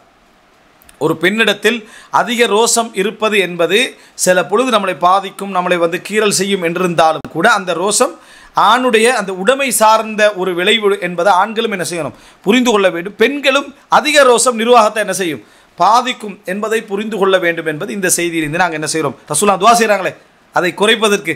அப்போ அதிலிருந்து நம்ம என்ன செய்யணும் அதை நம்ம புரிந்து கொள்ளலாம். அதாவது பெண்களுடைய அதிக ரோசம் என்பது ஆணுக்கு சில பொழுது பாதிப்பை ஏற்படுத்தும். அதனால் பெண்கள் அந்த ரோசம் விஷயத்தில் நம்ம கொஞ்சம் குறைச்சிக்கொள்ளணும். அது நியாயமாக தான் தெரிஞ்சாலும் என்ன செய்யணும் நம்ம குறைத்துக்கொள்ளணும்னு நினைக்கணும். ஆண்கள் பெண்கள் இதில் இயல்பாக படைக்கப்பட்டவர்கள். குணம் சார்ந்து ஒரு மனைவிட்டு இல்லாமல் இன்னொரு மனைவிட்டு அதிகமாக இருக்கும். அதை பொறுத்துக்கொள்ள என்ன செய்யணும் பழக வேண்டும் என்பது இந்த ரெண்டாவது செய்தியிலிருந்து நம்ம தெரிஞ்சுக்கொள்கிறோம். மூணாவது அதாவது இஸ்லாம் பெண்கள்கிட்ட பாராட்டின பெண்களிடத்தில் குறைந்த ஒரு குணம், பெண்களிடத்தில் குறைந்த ஒரு குணம். ஆனால் பெண்கள்கிட்ட இஸ்லாம் அதை என்ன செஞ்சிக்கு பாராட்டி சொல்லிக்கு. இப்போ குர்ஆனில் நீங்கள் பார்க்கலாம் என்னென்னா நிறைய மன்னர்களுடைய ஆட்சி செய்கிறவர்களுடைய அந்த வரலாறுகளை குர்ஆன் என்ன செய்து சொல்லுது. அப்படி சொல்கிற சந்தர்ப்பத்தில் இந்த ஆண்கள் ஆணாக இருந்த அந்த மன்னர்மார்கள் எல்லாமே அழிவில் கொண்டு போய் தான் தன்னோட சமுதாயத்தை சேர்த்தாங்க. ஃபிரௌனா இருக்கலாம், நும்ரூதா இருக்கலாம், யாராகிக்கலாம் அழிவில் கொண்டு போய் சேர்த்தாங்க. ஆனால் ஒரு பெண் நிதானமாக முடிவெடுத்ததை குர்ஆன் என்ன செய்யுது சொல்லுது. சூரா நம்ல் 34-35 காலத் அந்த பெண் சொல்கிறா, சுலைமான் சாத்திலேருந்து உள்ள பிரச்சனை டைமில் அந்த பெண் சொல்கிறா, இன்னல் முலூக இதா தஹலு கர்யத்தன் அஃப்ஸதுஹா வஜஅலு ஐஸத அஹ்லிஹா அதில்லா வகதாலிக யஃஅலூன். மன்னர்கள் ஒரு ஊருக்குள்ளே நுழைஞ்சாங்கண்டா அந்த ஊரை நாசமாக்கிடுவாங்க. அந்த ஊரில் கண்ணியமாக இருக்கக்கூடியவர்களை இரண்டாம் தர மக்களாக அதாவது தாழ்த்திடுவாங்க. வக்கதாலிக்க யஃஅலூன். இந்த வக்கதாலிக்க யஃஅலூன் அந்த மக்கள் சொன்னார்களா அல்லாஹு தாலா சொன்னான்னு தஃப்சீர் ஆசிரியர்கள்ட்ட என்ன ஒரு முரண்பாடிக்கு. வக்கதாலிக்க யஃஅலூன் அவங்க எப்படி அந்த பெண்மணி எப்படி சொன்னாவோ அதுபோல் தான் மன்னர்மார்கள் செய்வார்கள் என்று அல்லாஹ் என்ன செய்கிறான் அங்கீகரித்ததாக பல தஃப்சீர் ஆசிரியர் என்ன செய்கிறாங்க சொல்கிறான். இப்போ இந்த நிதானமான முடிவு அந்த பெண்ணை என்ன செய்கிறான் சொல்கிறா. உண்மையிலே பெண்ணுடைய இயல்பான நிலை ரோசம். ஆண்கள் சப்போர்ட் பண்ணுறாங்க, சுற்றியுள்ள ஆண்கள் எல்லாம் மஷூரா என்ன சொல்கிறாங்கன்னா நம்ம யுத்தம் செய்யணும்னு சொல்கிறாங்க. ஆனால் இந்த பெண்மணி சொல்கிறா நிதானப்படுறா. இன்னல் முழுக்க இது அதுவும் ஆட்சியில் இருந்து கண்டு ஒரு பெண் நிதானப்படுறது பெரிய விஷயம். இதா தஹலு கரியத்தன் அஃப்சதுஹா, தங்களுடைய ஒரு கிராமத்துக்குள்ளே நுழைஞ்சாங்கன்னு சொன்னால் நாசமாக்கி விடுவார்கள், கண்ணியவான்களை தாழ்த்தி விடுவார்கள். அதனால் நான் ஒரு ஹதியா ஒன்று என்ன செய்கிறேன், அனுப்புகிறேன். அதை கொண்டு போகக்கூடிய தூதுவர்கள் என்ன ரிசால்ட்டோட வாருதுன்னு நம்ம பார்க்குறேன் என்று சொல்லி நிதானமான முடிவு அந்த பெண்மணி என்ன செய்கிறா, எடுக்கிறா. அந்த பெண்மணி இஸ்லாத்துக்கு ஒருவருக்கும் காரணமாக என்ன செய்யுது, இது அமையுது. அப்போ அல்லாஹு தஆலா பெண்களிடத்தில் வந்து பெண்கள் தலைமைத்துவத்துக்கு வரக்கூடாது, பெண்கள் தலைமைத்துவத்துக்கு வரக்கூடாதுன்னு சொன்னதுக்கு காரணம் நிதானமின்மையில் காரணம். நிதானமின்மை காரணமாக இருந்தால் அல்லாஹ் தஆலா இதை பாராட்டிக்க மாட்டான், இதை பாராட்டிக்க மாட்டான். அதுவல்ல காரணம். அவர்களுக்கு இது சாராத சில விஷயங்கள் இருக்கு, அவங்கள அழிச்சிடும். அஃப்வன் நிதானமின்மையில் அறிவின்மையில் காரணம் விளங்கிட்டா. அறிவு தெளிவு விளக்கம் எல்லாம் லுப் அவங்கள்ட்ட இருக்கு. ஆண்களைப் போல பெண்களும் கல்வி கற்கலாம், ஆண்களைப் போல பெண்களுக்கும் விளக்கம் வரலாம், ஆண்களைப் போல பெண்களுக்கு இதில் எந்த டிஃப்ரெண்ட்ஸ்லாம் சொல்லலை. ஆம்பளைக்கு தான் படிப்பு வரும், பெண்களுக்கு படிப்பு வராது, அல்லது ஆண்களுக்கு தான் கூர்மையான தன்மை வரும், பெண்களுக்கு கூர்மையான தன்மை வராது, இதெல்லாம் சொல்லவே இல்லை. பெண்களுக்கு எதில் பிரச்சனை வரும்னா இந்த ரோசம் சார்ந்த விஷயத்தில், நிதானமான வார்த்தை பிள்ளைங்க அறிவு சார்ந்த விஷயத்தில் ஒரு ஆணை விடவும் கூட சில பொழுது என்ன செய்யலாம், ஒரு பெண் போகலாம். ஆனால் ரோசம் என்ற பகுதி பெண்களை மிகச்சரிக்கும். இதில் அவங்க நிதானத்துக்கு வாரது குறைவு. அவங்கள பற்றி ஒரு விமர்சனமோ போட்டி உணர்வையோ கொடுத்துட்டா அது ஒரு பெரிய இடத்துக்காக என்ன செஞ்சுட்டு வந்துடும். சாதாரணமாக ஒரு பெண் வந்து நாங்கள் வந்து இந்த டவுனில் போய் இந்த கடையில் இந்த உடுப்பை எடுத்துகிட்டு வந்தோம் என்று ஒரு பெருநாளைக்கு சொல்லிட்டாங்கன்னு வைங்களேன், உண்மையில் அந்த ட்ரெஸ் வந்து அழகான ஒரு ட்ரெஸ்ஸாக இருந்தான்னு வைங்களேன், இவங்க நல்லதாக உடுப்பு எடுத்திருந்தாலும் கூட அது ஒரு கவர்ச்சியாக பட்டுட்டாலும் ஒரு சின்ன ஒரு மன உணர்வு பெண்களுக்குள்ளே என்ன செஞ்சிடும், வந்துடும். இதே ஆண்களை பொறுத்த வரைக்கும் அப்படி வராது. அதோட சும்மா நம்ம பணத்தை செலவழிச்சிட்டு இந்த உடுப்பு எடுத்துட்டு நான் தட்டிட்டு போய்த்துருவான். பெண்களை பொறுத்த வரைக்கும் அவசரமாக அந்த போட்டி உணர்வு என்ன செய்ய உள்ளத்துக்குள்ளே வரும். அதுக்கு பிறவும் நல்ல பெண்கள் பொறுமையை வளர்ச்சி கொள்வாங்க, கட்டுப்படுத்தி கொள்வாங்க. நம்மளும் நல்லா வாங்கிக்கிறோம் அல்ஹம்துலில்லாஹ்னு அது. ஆனால் ஆரம்ப பிறப்பு வரும், அது ஒரு துளிர் விடும். இது ரெண்டில் ஒன்று நடக்கும். ஒன்றில் அதை விட ஒரு சிறந்த கடைக்கு போகணும்ன்ற ஒரு மைண்ட் செட் வரும், அல்லது இருக்கிற அந்த ட்ரெஸ்ஸை வந்து தட்டிடணும். என்னது அது என்ன தான் வாங்கினாலும் அவ்வளோ காலத்துக்கு பாவிக்காது, கலர் போயிடும், அது போயிடும், கம்பெனி சரில என்று எதையாவது ஒன்று சொல்லணும்ன்ற ஒரு மைண்ட் செட்டு வரும். நல்ல பெண்கள் அதை அப்படியே கண்ட்ரோல் படுத்தி அடக்கி கொள்வாங்க. இதுக்கு பேர் ரோசம். ரசூலுல்லாஹ்கிட்ட வந்து கேட்குறாங்க, எனக்கு கணவனுக்கு 2 மனைவிகள், அவருக்கு கொடுக்காதெல்லாம் எனக்கு தந்த மாதிரி சொன்னால் பிள்ளையான்னு கேட்குறாங்க. அந்த முதலாம் மனைவிக்கு கொடுக்காதெல்லாம் 2 ஒரு மனைவி, அவருக்கு கொடுக்காதெல்லாம் என்ன எனக்கு தந்த மாதிரி எனக்கு கணவன்கிட்ட சொல்கிறேன், தரலை, இந்த வெளியே சொல்கிறேன் அந்த மனைவிட்ட, அவர் எனக்கு இது வாங்கி தந்தார் அது வாங்கி தந்தார், ஆனால் உண்மையில் வாங்கி தரல, இப்படி சொன்னால் பிள்ளையான்னு கேட்குறேன். இந்த யோசனையே ஏன் வருது, அந்த ரோச உணர்வில் வருது. ரசூலுல்லாஹ் சொல்கிறாங்க, என்னது பொய்யான 2 உடுப்பு போடுறதுக்கு சமம், 2 போட்டால் நிர்வாணம் தானே, பொய்யான உடுப்பாய்ந்தா அதுக்கு இது சமம்ண்டாங்க ரசூலுல்லாஹ். ஒரு உடுப்பாக இருந்தாலும் உண்மையான உடுப்பு போடணும், பொய்யான 2 உடுப்பு போட்டால் நிர்வாணமாக தான் என்ன செய்யும் இருக்கும், அதுக்கு சமம் இப்படி பேச வேண்டாம்னு ரசூலுல்லாஹ் சொன்னாங்கன்னு வருது. இதுக்கு பேர் இயல்பான உணர்வு. இந்த ரோச உணர்வை அவங்க கட்டுப்படுத்தினதை தான் அல்லாஹ் தஆலா இதில் என்ன செய்கிறான், எங்களுக்கு சொல்லி காட்டுறான். அறிவு பிரச்சனை அல்ல, ரோச பிரச்சனை. அதனால் இதில் எப்படி வருதுன்னா, அந்த பெண் அந்த பெண் நிதானமான முடிவெடுக்கிறா, அந்த நிதானமான முடிவால் பெரியோரு யுத்தம் என்ன செய்கிறது, தவிர்க்கப்படுகிறது என்ற ஒரு வரலாற்றை நாம் என்ன செய்கிறோம், பார்க்கிறோம். ஸோ பெண்களுக்கு இந்த பண்பாடு நாங்கள் வளர்த்துக்கொள்ள வேண்டிய, போராட வேண்டிய ஒரு பண்பாடு என்பதை நம்ம என்ன செய்ய வேண்டும், இதில் புரிந்து கொள்ள வேண்டும். ரோசம் அவர்களை மிகைத்து விடும். அறிவு அவங்களுக்கு இருக்கு, ரசூலுல்லாஹ் சொல்கிறாங்க, அத்ஹப லிருப்பிர் ரஜுலில் ஹாசிம், புத்தி கூர்மையான உறுதியான முடிவெடுக்கக்கூடிய ஆணுடைய லுப் சிந்தனையும் போக்குகின்ற அளவுக்கான ஆற்றல் உங்களுக்கு உண்டுன்றாங்க ரசூல் ஸல்லல்லாஹு அலைஹி வஸல்லம். இது ஒரு 3வது ஒரு அம்சம்.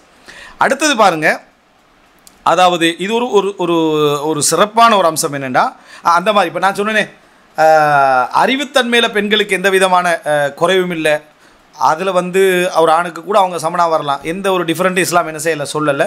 எது அவங்கள வந்து மிகைக்குதுன்னா, அவங்கள வேறு விஷயங்கள் அந்த அறிவு பகுதியை மிகச்சி செல்வாக்கு செலுத்திடுது. அதுக்கு ஒரு உதாரணம் வந்து, அவங்கள்ட்ட அந்த அறிவு சார்ந்த விஷயத்துக்கு நம்ம ஒரு செய்தி படிப்போமே, ரசூல் ஸல்லல்லாஹு அலைஹி வஸல்லம் நீங்கள் நிறைய தர்மம் செய்யுங்க, நிறைய இஸ்திக்ஃபார் பண்ணுங்க, நான் உங்களை நரகத்தில் அதிகமாக கண்டேன் என்று சொல்கிற செய்தி படிப்போமே. அதில் ஒரு பெண்மணி எழும்பி ஒரு கேள்வி கேட்பா, நாங்கள் அதிகமாக நரகத்திற்கு என்ன காரணம் என்று ஒரு பெண் கேட்பா.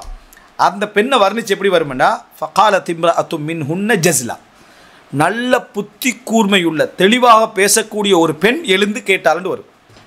அவர்களிலே நல்ல புத்தி கூர்மையுள்ள தெளிவாக பேசக்கூடிய ஒரு பெண் எழுந்து கேட்டாள். அப்போ வர்ணனை எப்படி வருது, அவர்கள்ட்ட நல்ல புத்தி கூர்மையும் இருந்துச்சு, நல்ல தெளிவாக பேசக்கூடிய ஆற்றலும் இருந்துச்சு அப்படின்னு வருது. அப்போ இந்த மாதிரியான ஒரு அம்சம் அவங்களுக்கு கேள்வி கேட்க என்ன செஞ்சது வைத்தது அப்படி என்று சொல்லி ரசூலுல்லாஹி ஸல்லல்லாஹு அலைஹி வஸல்லம் ஹதீஸில் என்ன செய்து வருது.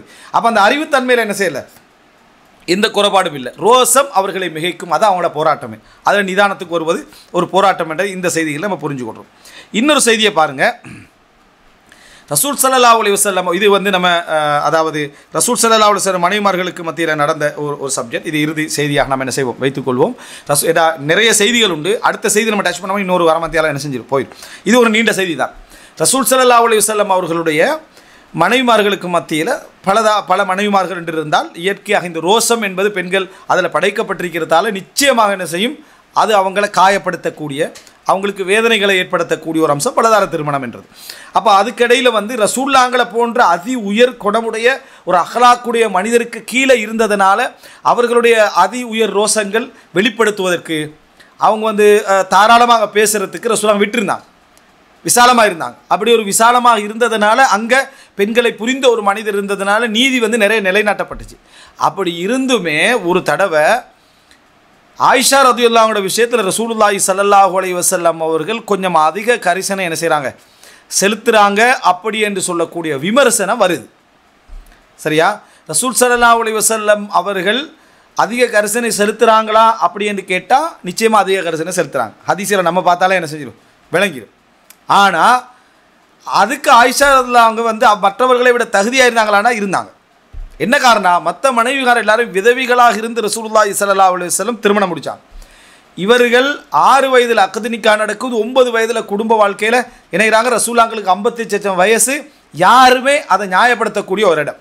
அப்போ அந்த பெண்கள் விதவைகளாக இருக்கோ திருமணம் முடித்தது ரசூல் ஸல்லல்லாஹு அலைஹி வஸல்லம் அங்கே அவர்களுக்கு அருளாக அமைகிறாங்க. இங்கே ரசூல்லாங்க அருளாக அமைவதைப் போல ஆயிஷா ரதியல்லாஹுவும் ஒரு அருளாக அமைகிறாங்க. அவனோட வாழ்க்கை என்பது ரசூலா மௌத்தாகிற டைமில் 18 வயசு.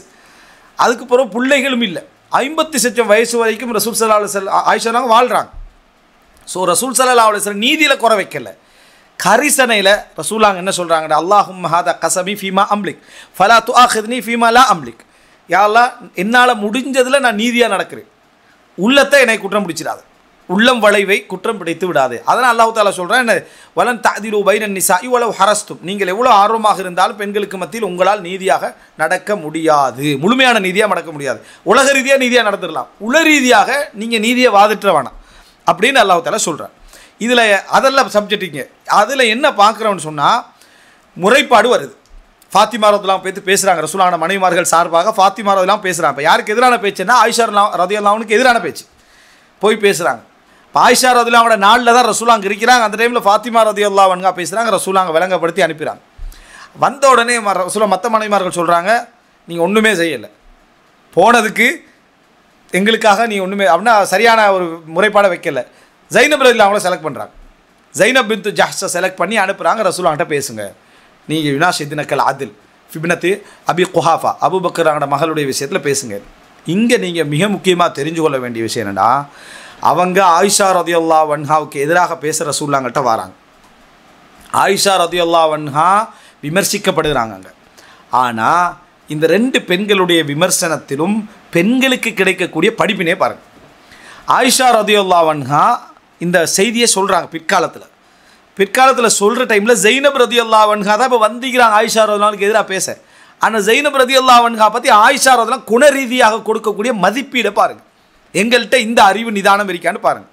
பெண்களை, ஒரு பெண்ணை பற்றி இன்னொரு பெண் சொல்லக்கூடிய அந்த மதிப்பீடு எப்படின்னா, வஹியல்லதி கானத் துசாமீனி மின் ஹுன்ன ஃபில் மன்சிலா, நபிகளாருடைய நெருக்கம் என்ற அந்தஸ்தில் என்னோடு போட்டி போடக்கூடிய இடத்துல இருந்தவங்க ஜைனப்.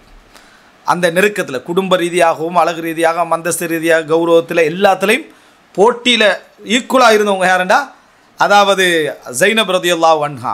முதலாவது சொல்கிறாங்க, வலம் அர இம்ரஅத்தன் கத்து ஹைரம் ஃபித்தீனி மின் ஜைனப். அதாவது ஜைனப் ரதியல்லாஹு அன்ஹாவை விமர்சிக்கத்தான் போகிறாங்க. இப்போ ஆயிஷா ரதியல்லாஹு பதில்ல ஜைனப் எல்லாம் விமர்சிக்கத்தான் வந்தாங்க. ஆனால் நீதியை பாருங்கள் என்ன சொல்கிறாங்கன்னா, வலம் அர கத்து ஹைரன் ஃபித்தீனி மின் ஜைனப், ஜைனபை விட தீனில் ஒரு சிறந்த ஒரு பெண்மணியை நான் கண்டது இல்லை. ஏழுமா நீங்கள் நினச்சி பாருங்கள் பெண்களே, நம்ம ஒரு பெண்ணுடைய இயற்கையான அந்த அமைந்து விட்ட மனித இயல்புகளையும் இயற்கையாக அமைந்து விட்ட மனித குணங்களை, அதாவது பண்பாட்டு குணங்களையும் ஒரு புறம் வச்சுட்டு அவங்களோட தீனை பார்க்குறதுக்கு எங்களுக்கு தெரியுமா?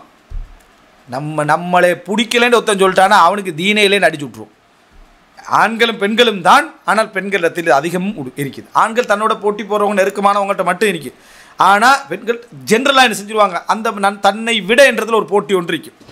இதில் பாருங்கள், தனக்கு இதாக இருந்தும் கூட அவங்களோட சில குண இயல்புகளை சொல்லுவாங்க. ஆனால் அந்த குண இயல்புகளை விட்டுட்டு தீனை பார்க்குறாங்க. இப்போ ஒருவர் நம்மளோட கோவப்பட்டு நம்மளுக்கு ஏசிட்டாருன்னு வைங்களேன், நம்ம என்ன செய்ய, இவன்லாம் சொர்க்கம் போகிறது சான்ஸ் இருக்கான்னு கேட்போம். அதான் நம்மளே வெறுத்த எவனும் சொர்க்கம் போக மாட்டான். நம்மளே விரும்பின எல்லாரும் சொர்க்கம் போவான். இவர் தான் அடையாளம் சொர்க்கத்துக்கு. இந்த நிலைமையில் வந்துடும். கணவனுக்கு மனைவிக்கு சண்டை வந்துட்டு வைங்களேன், இந்த மனைவி சொர்க்கம் போவாரன்னு கணவன் நினைக்கிறது இவரோட சண்டை பிடிச்சதுக்காக. அந்த கணவனை மனைவி என்ன நினைக்கிற, இவரெல்லாம் எங்கே சொர்க்கம் போகிறாரு அப்படின்னு நினைக்கிறேன். என்னென்னா இவங்க 2 பேர் சண்டையை வச்சு சொர்க்க நரகத்தை என்ன செஞ்சிடற, தீர்மானிச்சிடுற. அப்படி இருக்கக்கூடாது. ஒருவருடைய தீன்ன்றது வேறு, அவருக்கு இயல்பாக அமைந்த அஹ்லாக்கும் அவருக்கு பண்பாடுகள் என்று அமைஞ்சதில் அவர் கூட குறைய போராட்டத்தில் இருக்கிறதையும் நம்ம மிக்ஸ் ஆக்கி பார்க்கக்கூடாது. அஹ்லாக்கும் தீன் தான், ஆனால் அவரை போராட்டம் படுறாருன்னா அந்த தீனுக்குள்ளே அவருடைய இயல்பை நம்ம மதிக்கணும். அதுக்கான ஒரு ஒத்தடம் கொடுக்கணும். அதை அனுசரித்து போகணும். பாருங்கள், வலம் அற கத்துன் வலம் அற இம்ரஅத்தன் கத்து ஹைரம் ஃபித் துன்யா மின் ஸைனப். இந்த உலகத்திலேயே தீனில் ஹைரான ஒரு பெண் அவங்களோட யாரையும் காணல. வ அத்காலில்லாஹி, அல்லாவுக்கு மிகவும் இறையச்சத்தோடு இருக்கக்கூடிய ஒரு பெண்ணை அவர்களை விட ஒரு பெண்ணை நான் காணல. வ அஸ்தக ஹதீதன், பேச்சில் மிக தெளிவாக உண்மை பேசக்கூடிய ஒரு பெண் அவங்களை விட வேறு யாரையும் நான் காணல. வ அவுசல் அலிர் ரஹிம், இரத்த உறவுகளை மிகவும் சேர்ந்து நடக்கக்கூடிய ஒரு சிறப்பான பெண்ணை அவங்களை விட நான் காணல.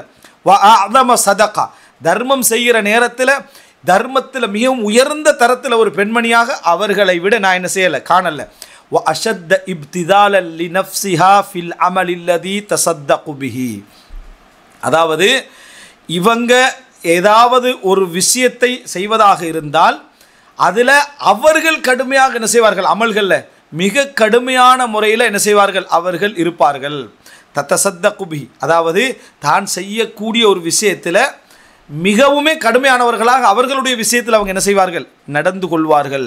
வ தகர்ரபு பிஹி இலல்லாஹ், அல்லாவின் பக்கம் அதை கொண்டு என்ன செய்வாங்க, நெருங்குவாங்க.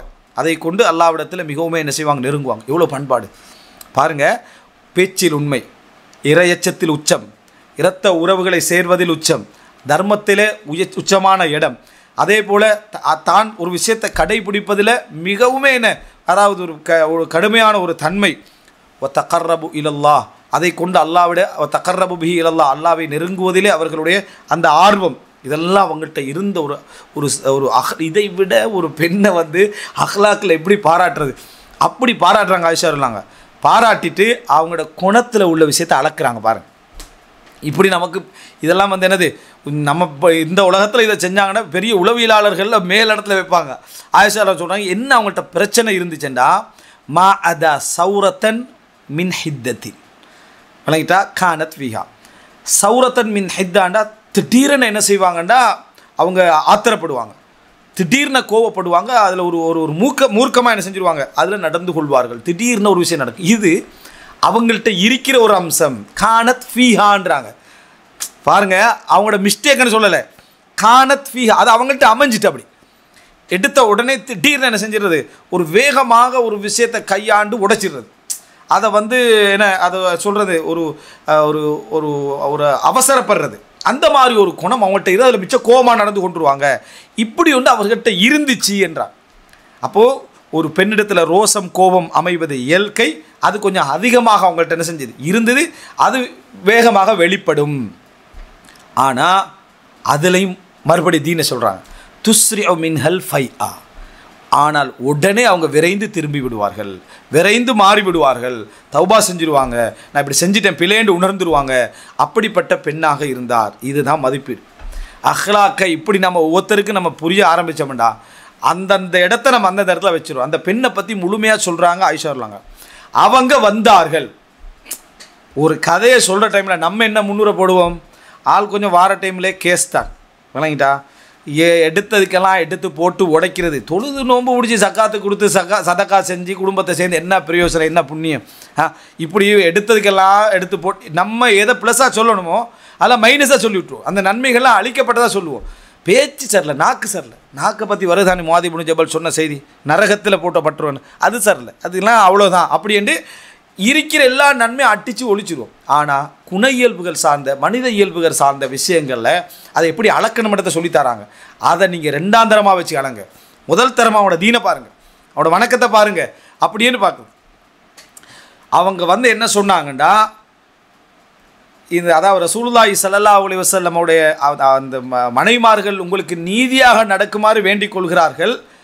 ஆயிஷாவுடைய விஷயத்திலே, அபு குஹாஃபாவுடைய மகளுடைய விஷயத்திலே நீதியாக நடக்கணும் என்று விரும்பிக் கொள்கிறாங்க. இப்போ அந்த கோபத்தின் காரணமாக சும்மா வகாத் பி, என்னை விமர்சிக்க ஆரம்பித்தா, ஃபஸ்ததாலத் அலைய, நிறைய பேசினான். வசனங்களை நிறைய என்ன செஞ்சா விட்டா. அதான் அது வசனங்களை நிறைய விட்டான். நான் ரசூல்லாங்க பாய்ஷாடுறாங்க, அவங்களோட நிதானத்தை சொல்கிறாங்க. நான் ரசூல்லாங்கட பார்வையை ஓரத்தையே பார்த்து கணிக்கிறேன், கண்ணையே பார்த்துருக்கேன். ஆயிஷா பதில் சொல்லலை. இது ஆயிஷாலவங்க சின்ன வயசு, ஆனால் அந்த ரோசத்தில் அவங்களோட நிதானம். இதுதான் ஜெய்னப் அவங்கள்ட்ட என்ன செய்யலை, இருக்கலை, நிதானமாக இருக்கிறாங்க. ரசூல்லாங்கட பார்வையே பார்த்துட்டு இருக்கிறாங்க. எதற்காக பார்த்துட்டு இருக்கிறாங்கன்னா, ரசூல்லாங்க இந்த இடத்துல பதில் சொல்கிறது பொருத்தம் இல்லை. ஏன்னா அவங்களோட மனைவி. ஹல் யதன் லி ஃபீஹா, எனக்கு அனுமதி கிடைக்குமா பேசுகிறதுக்கு, இந்த இடத்துல நான் பதில் சொல்லணும், அந்த அனுமதி கிடைக்குமா அப்படின்னு சொல்லி.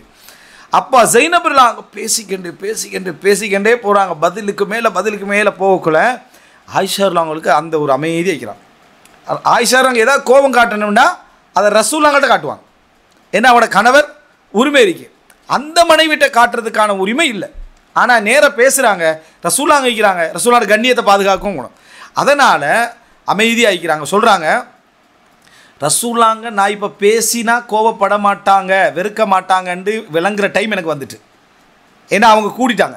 அப்போ ரசூல்லாங்க இப்போ எப்படி வருதுன்னா, லா யக்ரஹ் அன் அன்தசிர், நான் வெற்றி பெறுவதை, நான் பதிலுக்கு பதில் சொல்கிறத ஒன்றும் இப்போ நினைக்க மாட்டாங்கன்ற லெவலுக்கு அது வந்த நேரத்தில் நான் திருப்பி பதில் என்ன செஞ்சேன், சொல்ல ஆரம்பித்தேன். அதை தூய்மையாக சொல்லலை. எப்படி சொல்கிறாங்கடா, ஃபலம்மா வகாத்து பிஹா, அவள் சொன்னதுக்கு நான் பதில் சொன்ன பொழுது, அதாவது அவர்களுக்கு நான் அவங்க வாதங்களுக்கு பதில் சொன்ன பொழுது, அவங்களுடைய விமர்சனங்களுக்கு பதில் சொன்ன பொழுது சொல்கிறேன். அவங்க சொன்ன வார்த்தை இவங்களும் சொல்கிறாங்க.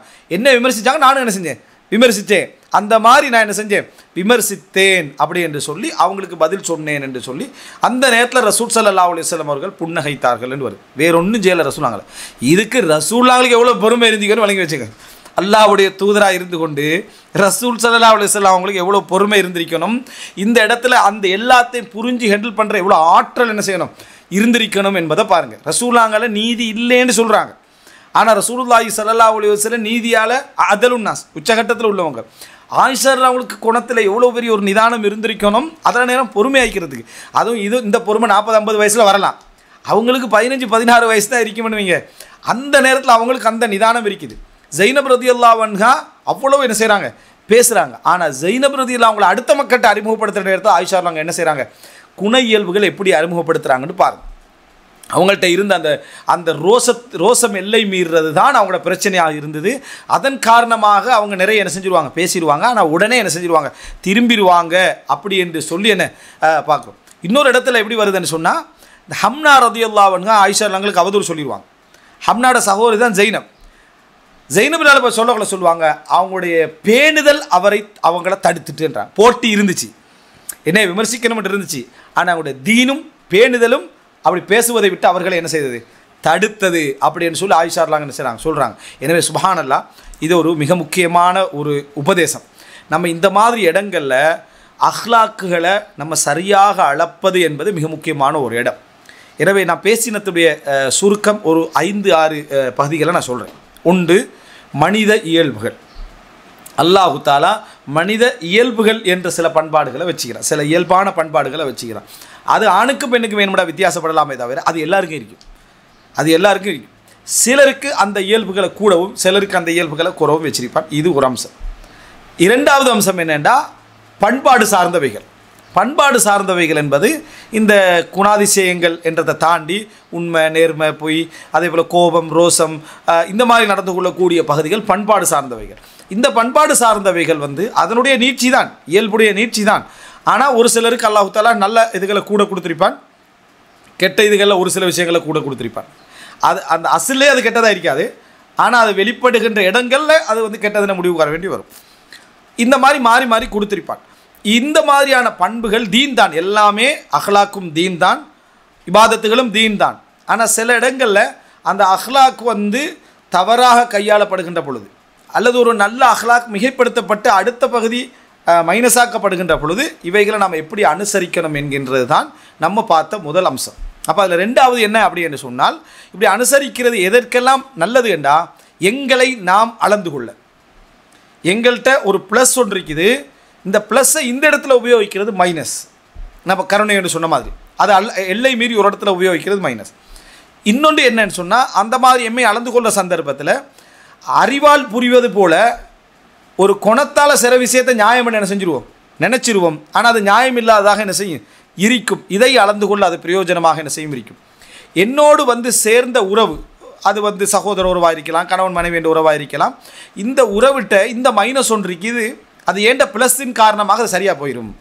அல்லது என்கிட்ட இந்த ஒரு மைனஸ் ஒன்று இருக்குது, அவர்களுடைய ப்ளஸின் காரணமாக இது பேலன்ஸாக என்ன செஞ்சிடும், போயிடும் என்பதை அளப்பதற்கு இது பிரயோஜனமாக அமையும்.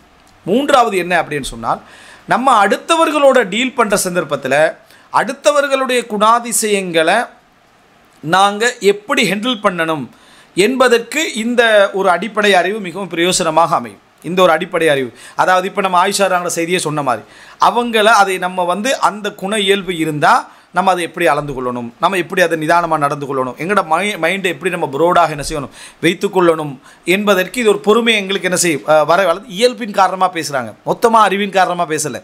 அந்த இயல்பு புறவை என்ன செய்யும், மாறிடும் அப்படின்ட்டு. நான்காவது, அடுத்தவர்கள்ட்ட நம் ஒருவரை அடையாளப்படுத்துகிற நேரத்தில் அதுக்கான அவசியம் வந்தால் வெறும் அவர்கள் இயல்பாக அமைக்கப்பட்ட அந்த குணாதிசயங்களை ஒரு குற்றமாக என்ன செஞ்சிடக்கூடாது, சொல்லிடக்கூடாது. அல்லாஹு தாலா கொடுத்தது, அவங்களோட தீன் அதை வச்சு என்ன செய்து, அவரை திரும்ப வைக்குதா, அவரை தௌபா செய்ய வைக்குதா, அவரை கட்டுப்படுத்துதா, அவரை வந்து ஒரு இடத்துல எல்லை மீறினால் ஒரு இடத்துல கொண்டு போய் அதை வச்சு தான் என்ன செய்யணும், மதிப்பிட வேண்டும். இல்லை என்றால் நாங்களும் அப்படி ஒரு மைனஸான குணமும் அப்படி ஒரு ப்ளஸான குணமும் எங்கள்கிட்ட இருக்கும், எங்களுக்கு என்ன செய்யாது, விளங்காது. குணங்கள், கெட்ட குணங்கள் என்பது வாய்நாத்த மாதிரி. அப்படின்னா என்ன, நமக்கு விளங்கவே விளங்காது, அடுத்தவன் சொல்லவும் மாட்டான். வாய்நாத்த அடிச்சு நம்ம யார்ட்டையா சொல்லுவோமா, உங்களோட வாய்நாத்த அடிக்க, அதுதான் எங்களுக்கு உலகத்திலேயே மிகப்பெரிய என்ன கஷ்டமான ஒரு விஷயமாய்க்கும் சொல்கிறது. அது மாதிரி ஒரு கெட்ட குணம் தான் அது. அப்படியாக இருக்கிற சந்தர்ப்பத்தில் நாங்கள் வந்து அதை அளக்கக்கூடிய நேரத்தில் எப்படி நடந்து கொள்ளணும்னா மிகவும் கவனமாக என்ன செய்யணும், நடந்து கொள்ள வேண்டும். அவரோட தீனை தாழ்த்தி அவருடைய இயல்புகளை வந்து கொஞ்சம் என்ன, அவர் மோசமானவர், கெட்டவர், அந்த மாதிரி நடக்கிறாரு, தொழுது என்ன பிரயோசனம் அப்படி இருக்க விட, தொழுறார், நோன்பு வைக்கிறார், மிச்சம் தர்மசாலி ஆகிறார், நல்ல பண்பாடு, இந்த ஒரு பண்பொன்று இருக்குது, இயல்பாக அவருக்கு அமைஞ்சிட்டு, காணத் ஃபீஹான்னு சொல்கிறாங்களே, இயல்பாக அமைஞ்சிட்டு அதை நம்ம என்ன செய்யணும், பொறுத்து கொண்டு போயிடணும். ஏதோ அவரோட தீன அவரை தடுக்குது, பேணுதல், இந்த மாதிரி என்ன செய்யணும், அதை பேசி நம்ம பழக வேண்டும். ஐந்தாவது, நம்ம வந்து இந்த இரட்டை பண்புகள்ன்ற மாதிரி நான் சில விஷயங்களை சொன்னேன். இவைகள் ஒன்றை ஒன்று எப்படி பூர்ணப்படுத்துகிறது, எப்படி ஒன்றை ஒன்றை இது பேலன்ஸ் பண்ணுது என்றதை தெரிஞ்சு நல்ல பண்புகளை எங்களுக்குள்ள வளர்த்து கொள்வதற்கான முயற்சிகளை நம்ம என்ன செய்யணும், எடுக்கணும். அந்த வளர்த்து கொள்வதற்கான முயற்சியில் ஒரு அங்கம்தான் நான் வந்து என்ன எந்தெந்த விஷயங்களில் சம்மந்தப்பட்டிருக்கிறோம், நான் ரெண்டாவது சொன்ன மாதிரி அந்த சம்மந்தப்பட்டதிலிருந்து நான் விலகிறணும். இது நமக்கு சரி வராது, இது நம்ம வந்து கருணை பண்பு அதிகமாக இருக்கிறோம், தலைமைத்துவத்தில் என்ன செய்யக்கூடாது, இருக்கக்கூடாது அப்படி என்று இந்த மாதிரியான சில விஷயங்களை எடுத்து எங்களோட பண்புகளை நம்ம வளர்த்ததுக்கு காரணம். சில நல்ல மனிதராகிப்பார், கெட்ட பேரை எடுத்திருப்பார், அவர் ஈக்கிற இடப்பில் எடுத்த பொசிஷன் பிள்ளையாக இருக்கும், அவசரமாக விலகிட்டார்னா பண்பாடுகள் அவர் என்ன செஞ்சிடும், கவர் பண்ணிடும். மனைவி நல்ல மனைவியாக இருப்பாள், கெட்ட பேர் எடுத்திருப்பாள், என்னடான்னு பார்த்தா அவள் அதிகமாக ரோசப்படுறதுனால இவர் கெட்டவன் முடிவு எடுத்திருப்பார். விளங்கிட்டா, டக்குன்னு அவசரமாக நம்ம அவளை சரியாக அளந்து கொண்டோம்னா அவள் கெட்ட பெண்மணியாக அல்ல, இந்த இயல்பு அவங்கள என்ன செஞ்சது, மிகைத்து போகுது என்றதை என்ன செய்யணும், அதை புரிஞ்சு கொள்றதுக்கு வாய்ப்பாக அமையும். எனவே அஹ்லாக் என்ற பகுதி மிகவும் விரிந்த ஒரு நல்ல சிறப்பான ஒரு பகுதி. இதை நம்ம அதாவது மிக சிறப்பாக நம்மளை அமைத்துக் கொள்வதற்கு பெண்களும் குணாதிசயங்களும் இந்த தலைப்பு மிகவும் சிறப்பாக என்ன செய்யும், அதாவது நம்மளை அணுகி இருக்க வேண்டும் என்று நான் நினைக்கிறேன். இது போல் இன்னும் சில என்ன, அதாவது இந்த குணாதிசயங்கள் சம்பந்தமாக நேரடியாக குர்ஆன் ஹதீஸில் வந்த செய்திகள் நிறைய உண்டு. இன்ஷா அல்லாஹ் அது அவ்வப்போது நம்ம சந்தர்ப்பங்கள் கிடைக்கிற நேரத்தில் எங்களை பண்படுத்தி கொள்ள, எங்களை திருத்திக் கொள்ள அவைகளை நாம் கேட்டு இன்ஷா அல்லாஹ் அதாவது மாற்றிக்கொள்வதற்கு அல்லாஹு தஆலா அதை ஒரு வழிகோலாக ஆக்குவானாக. ஹதா மா இந்தி வல் இல்மு இன்தல்லாஹ் வ அகூலு கௌலி ஹாதா வ அஸ்தக்ஃபிருல்லாஹ் லி வ லக்கும். வஸ்ஸலாமு அலைக்கும் வ ரஹ்மத்துல்லாஹி வ பரகாத்துஹு.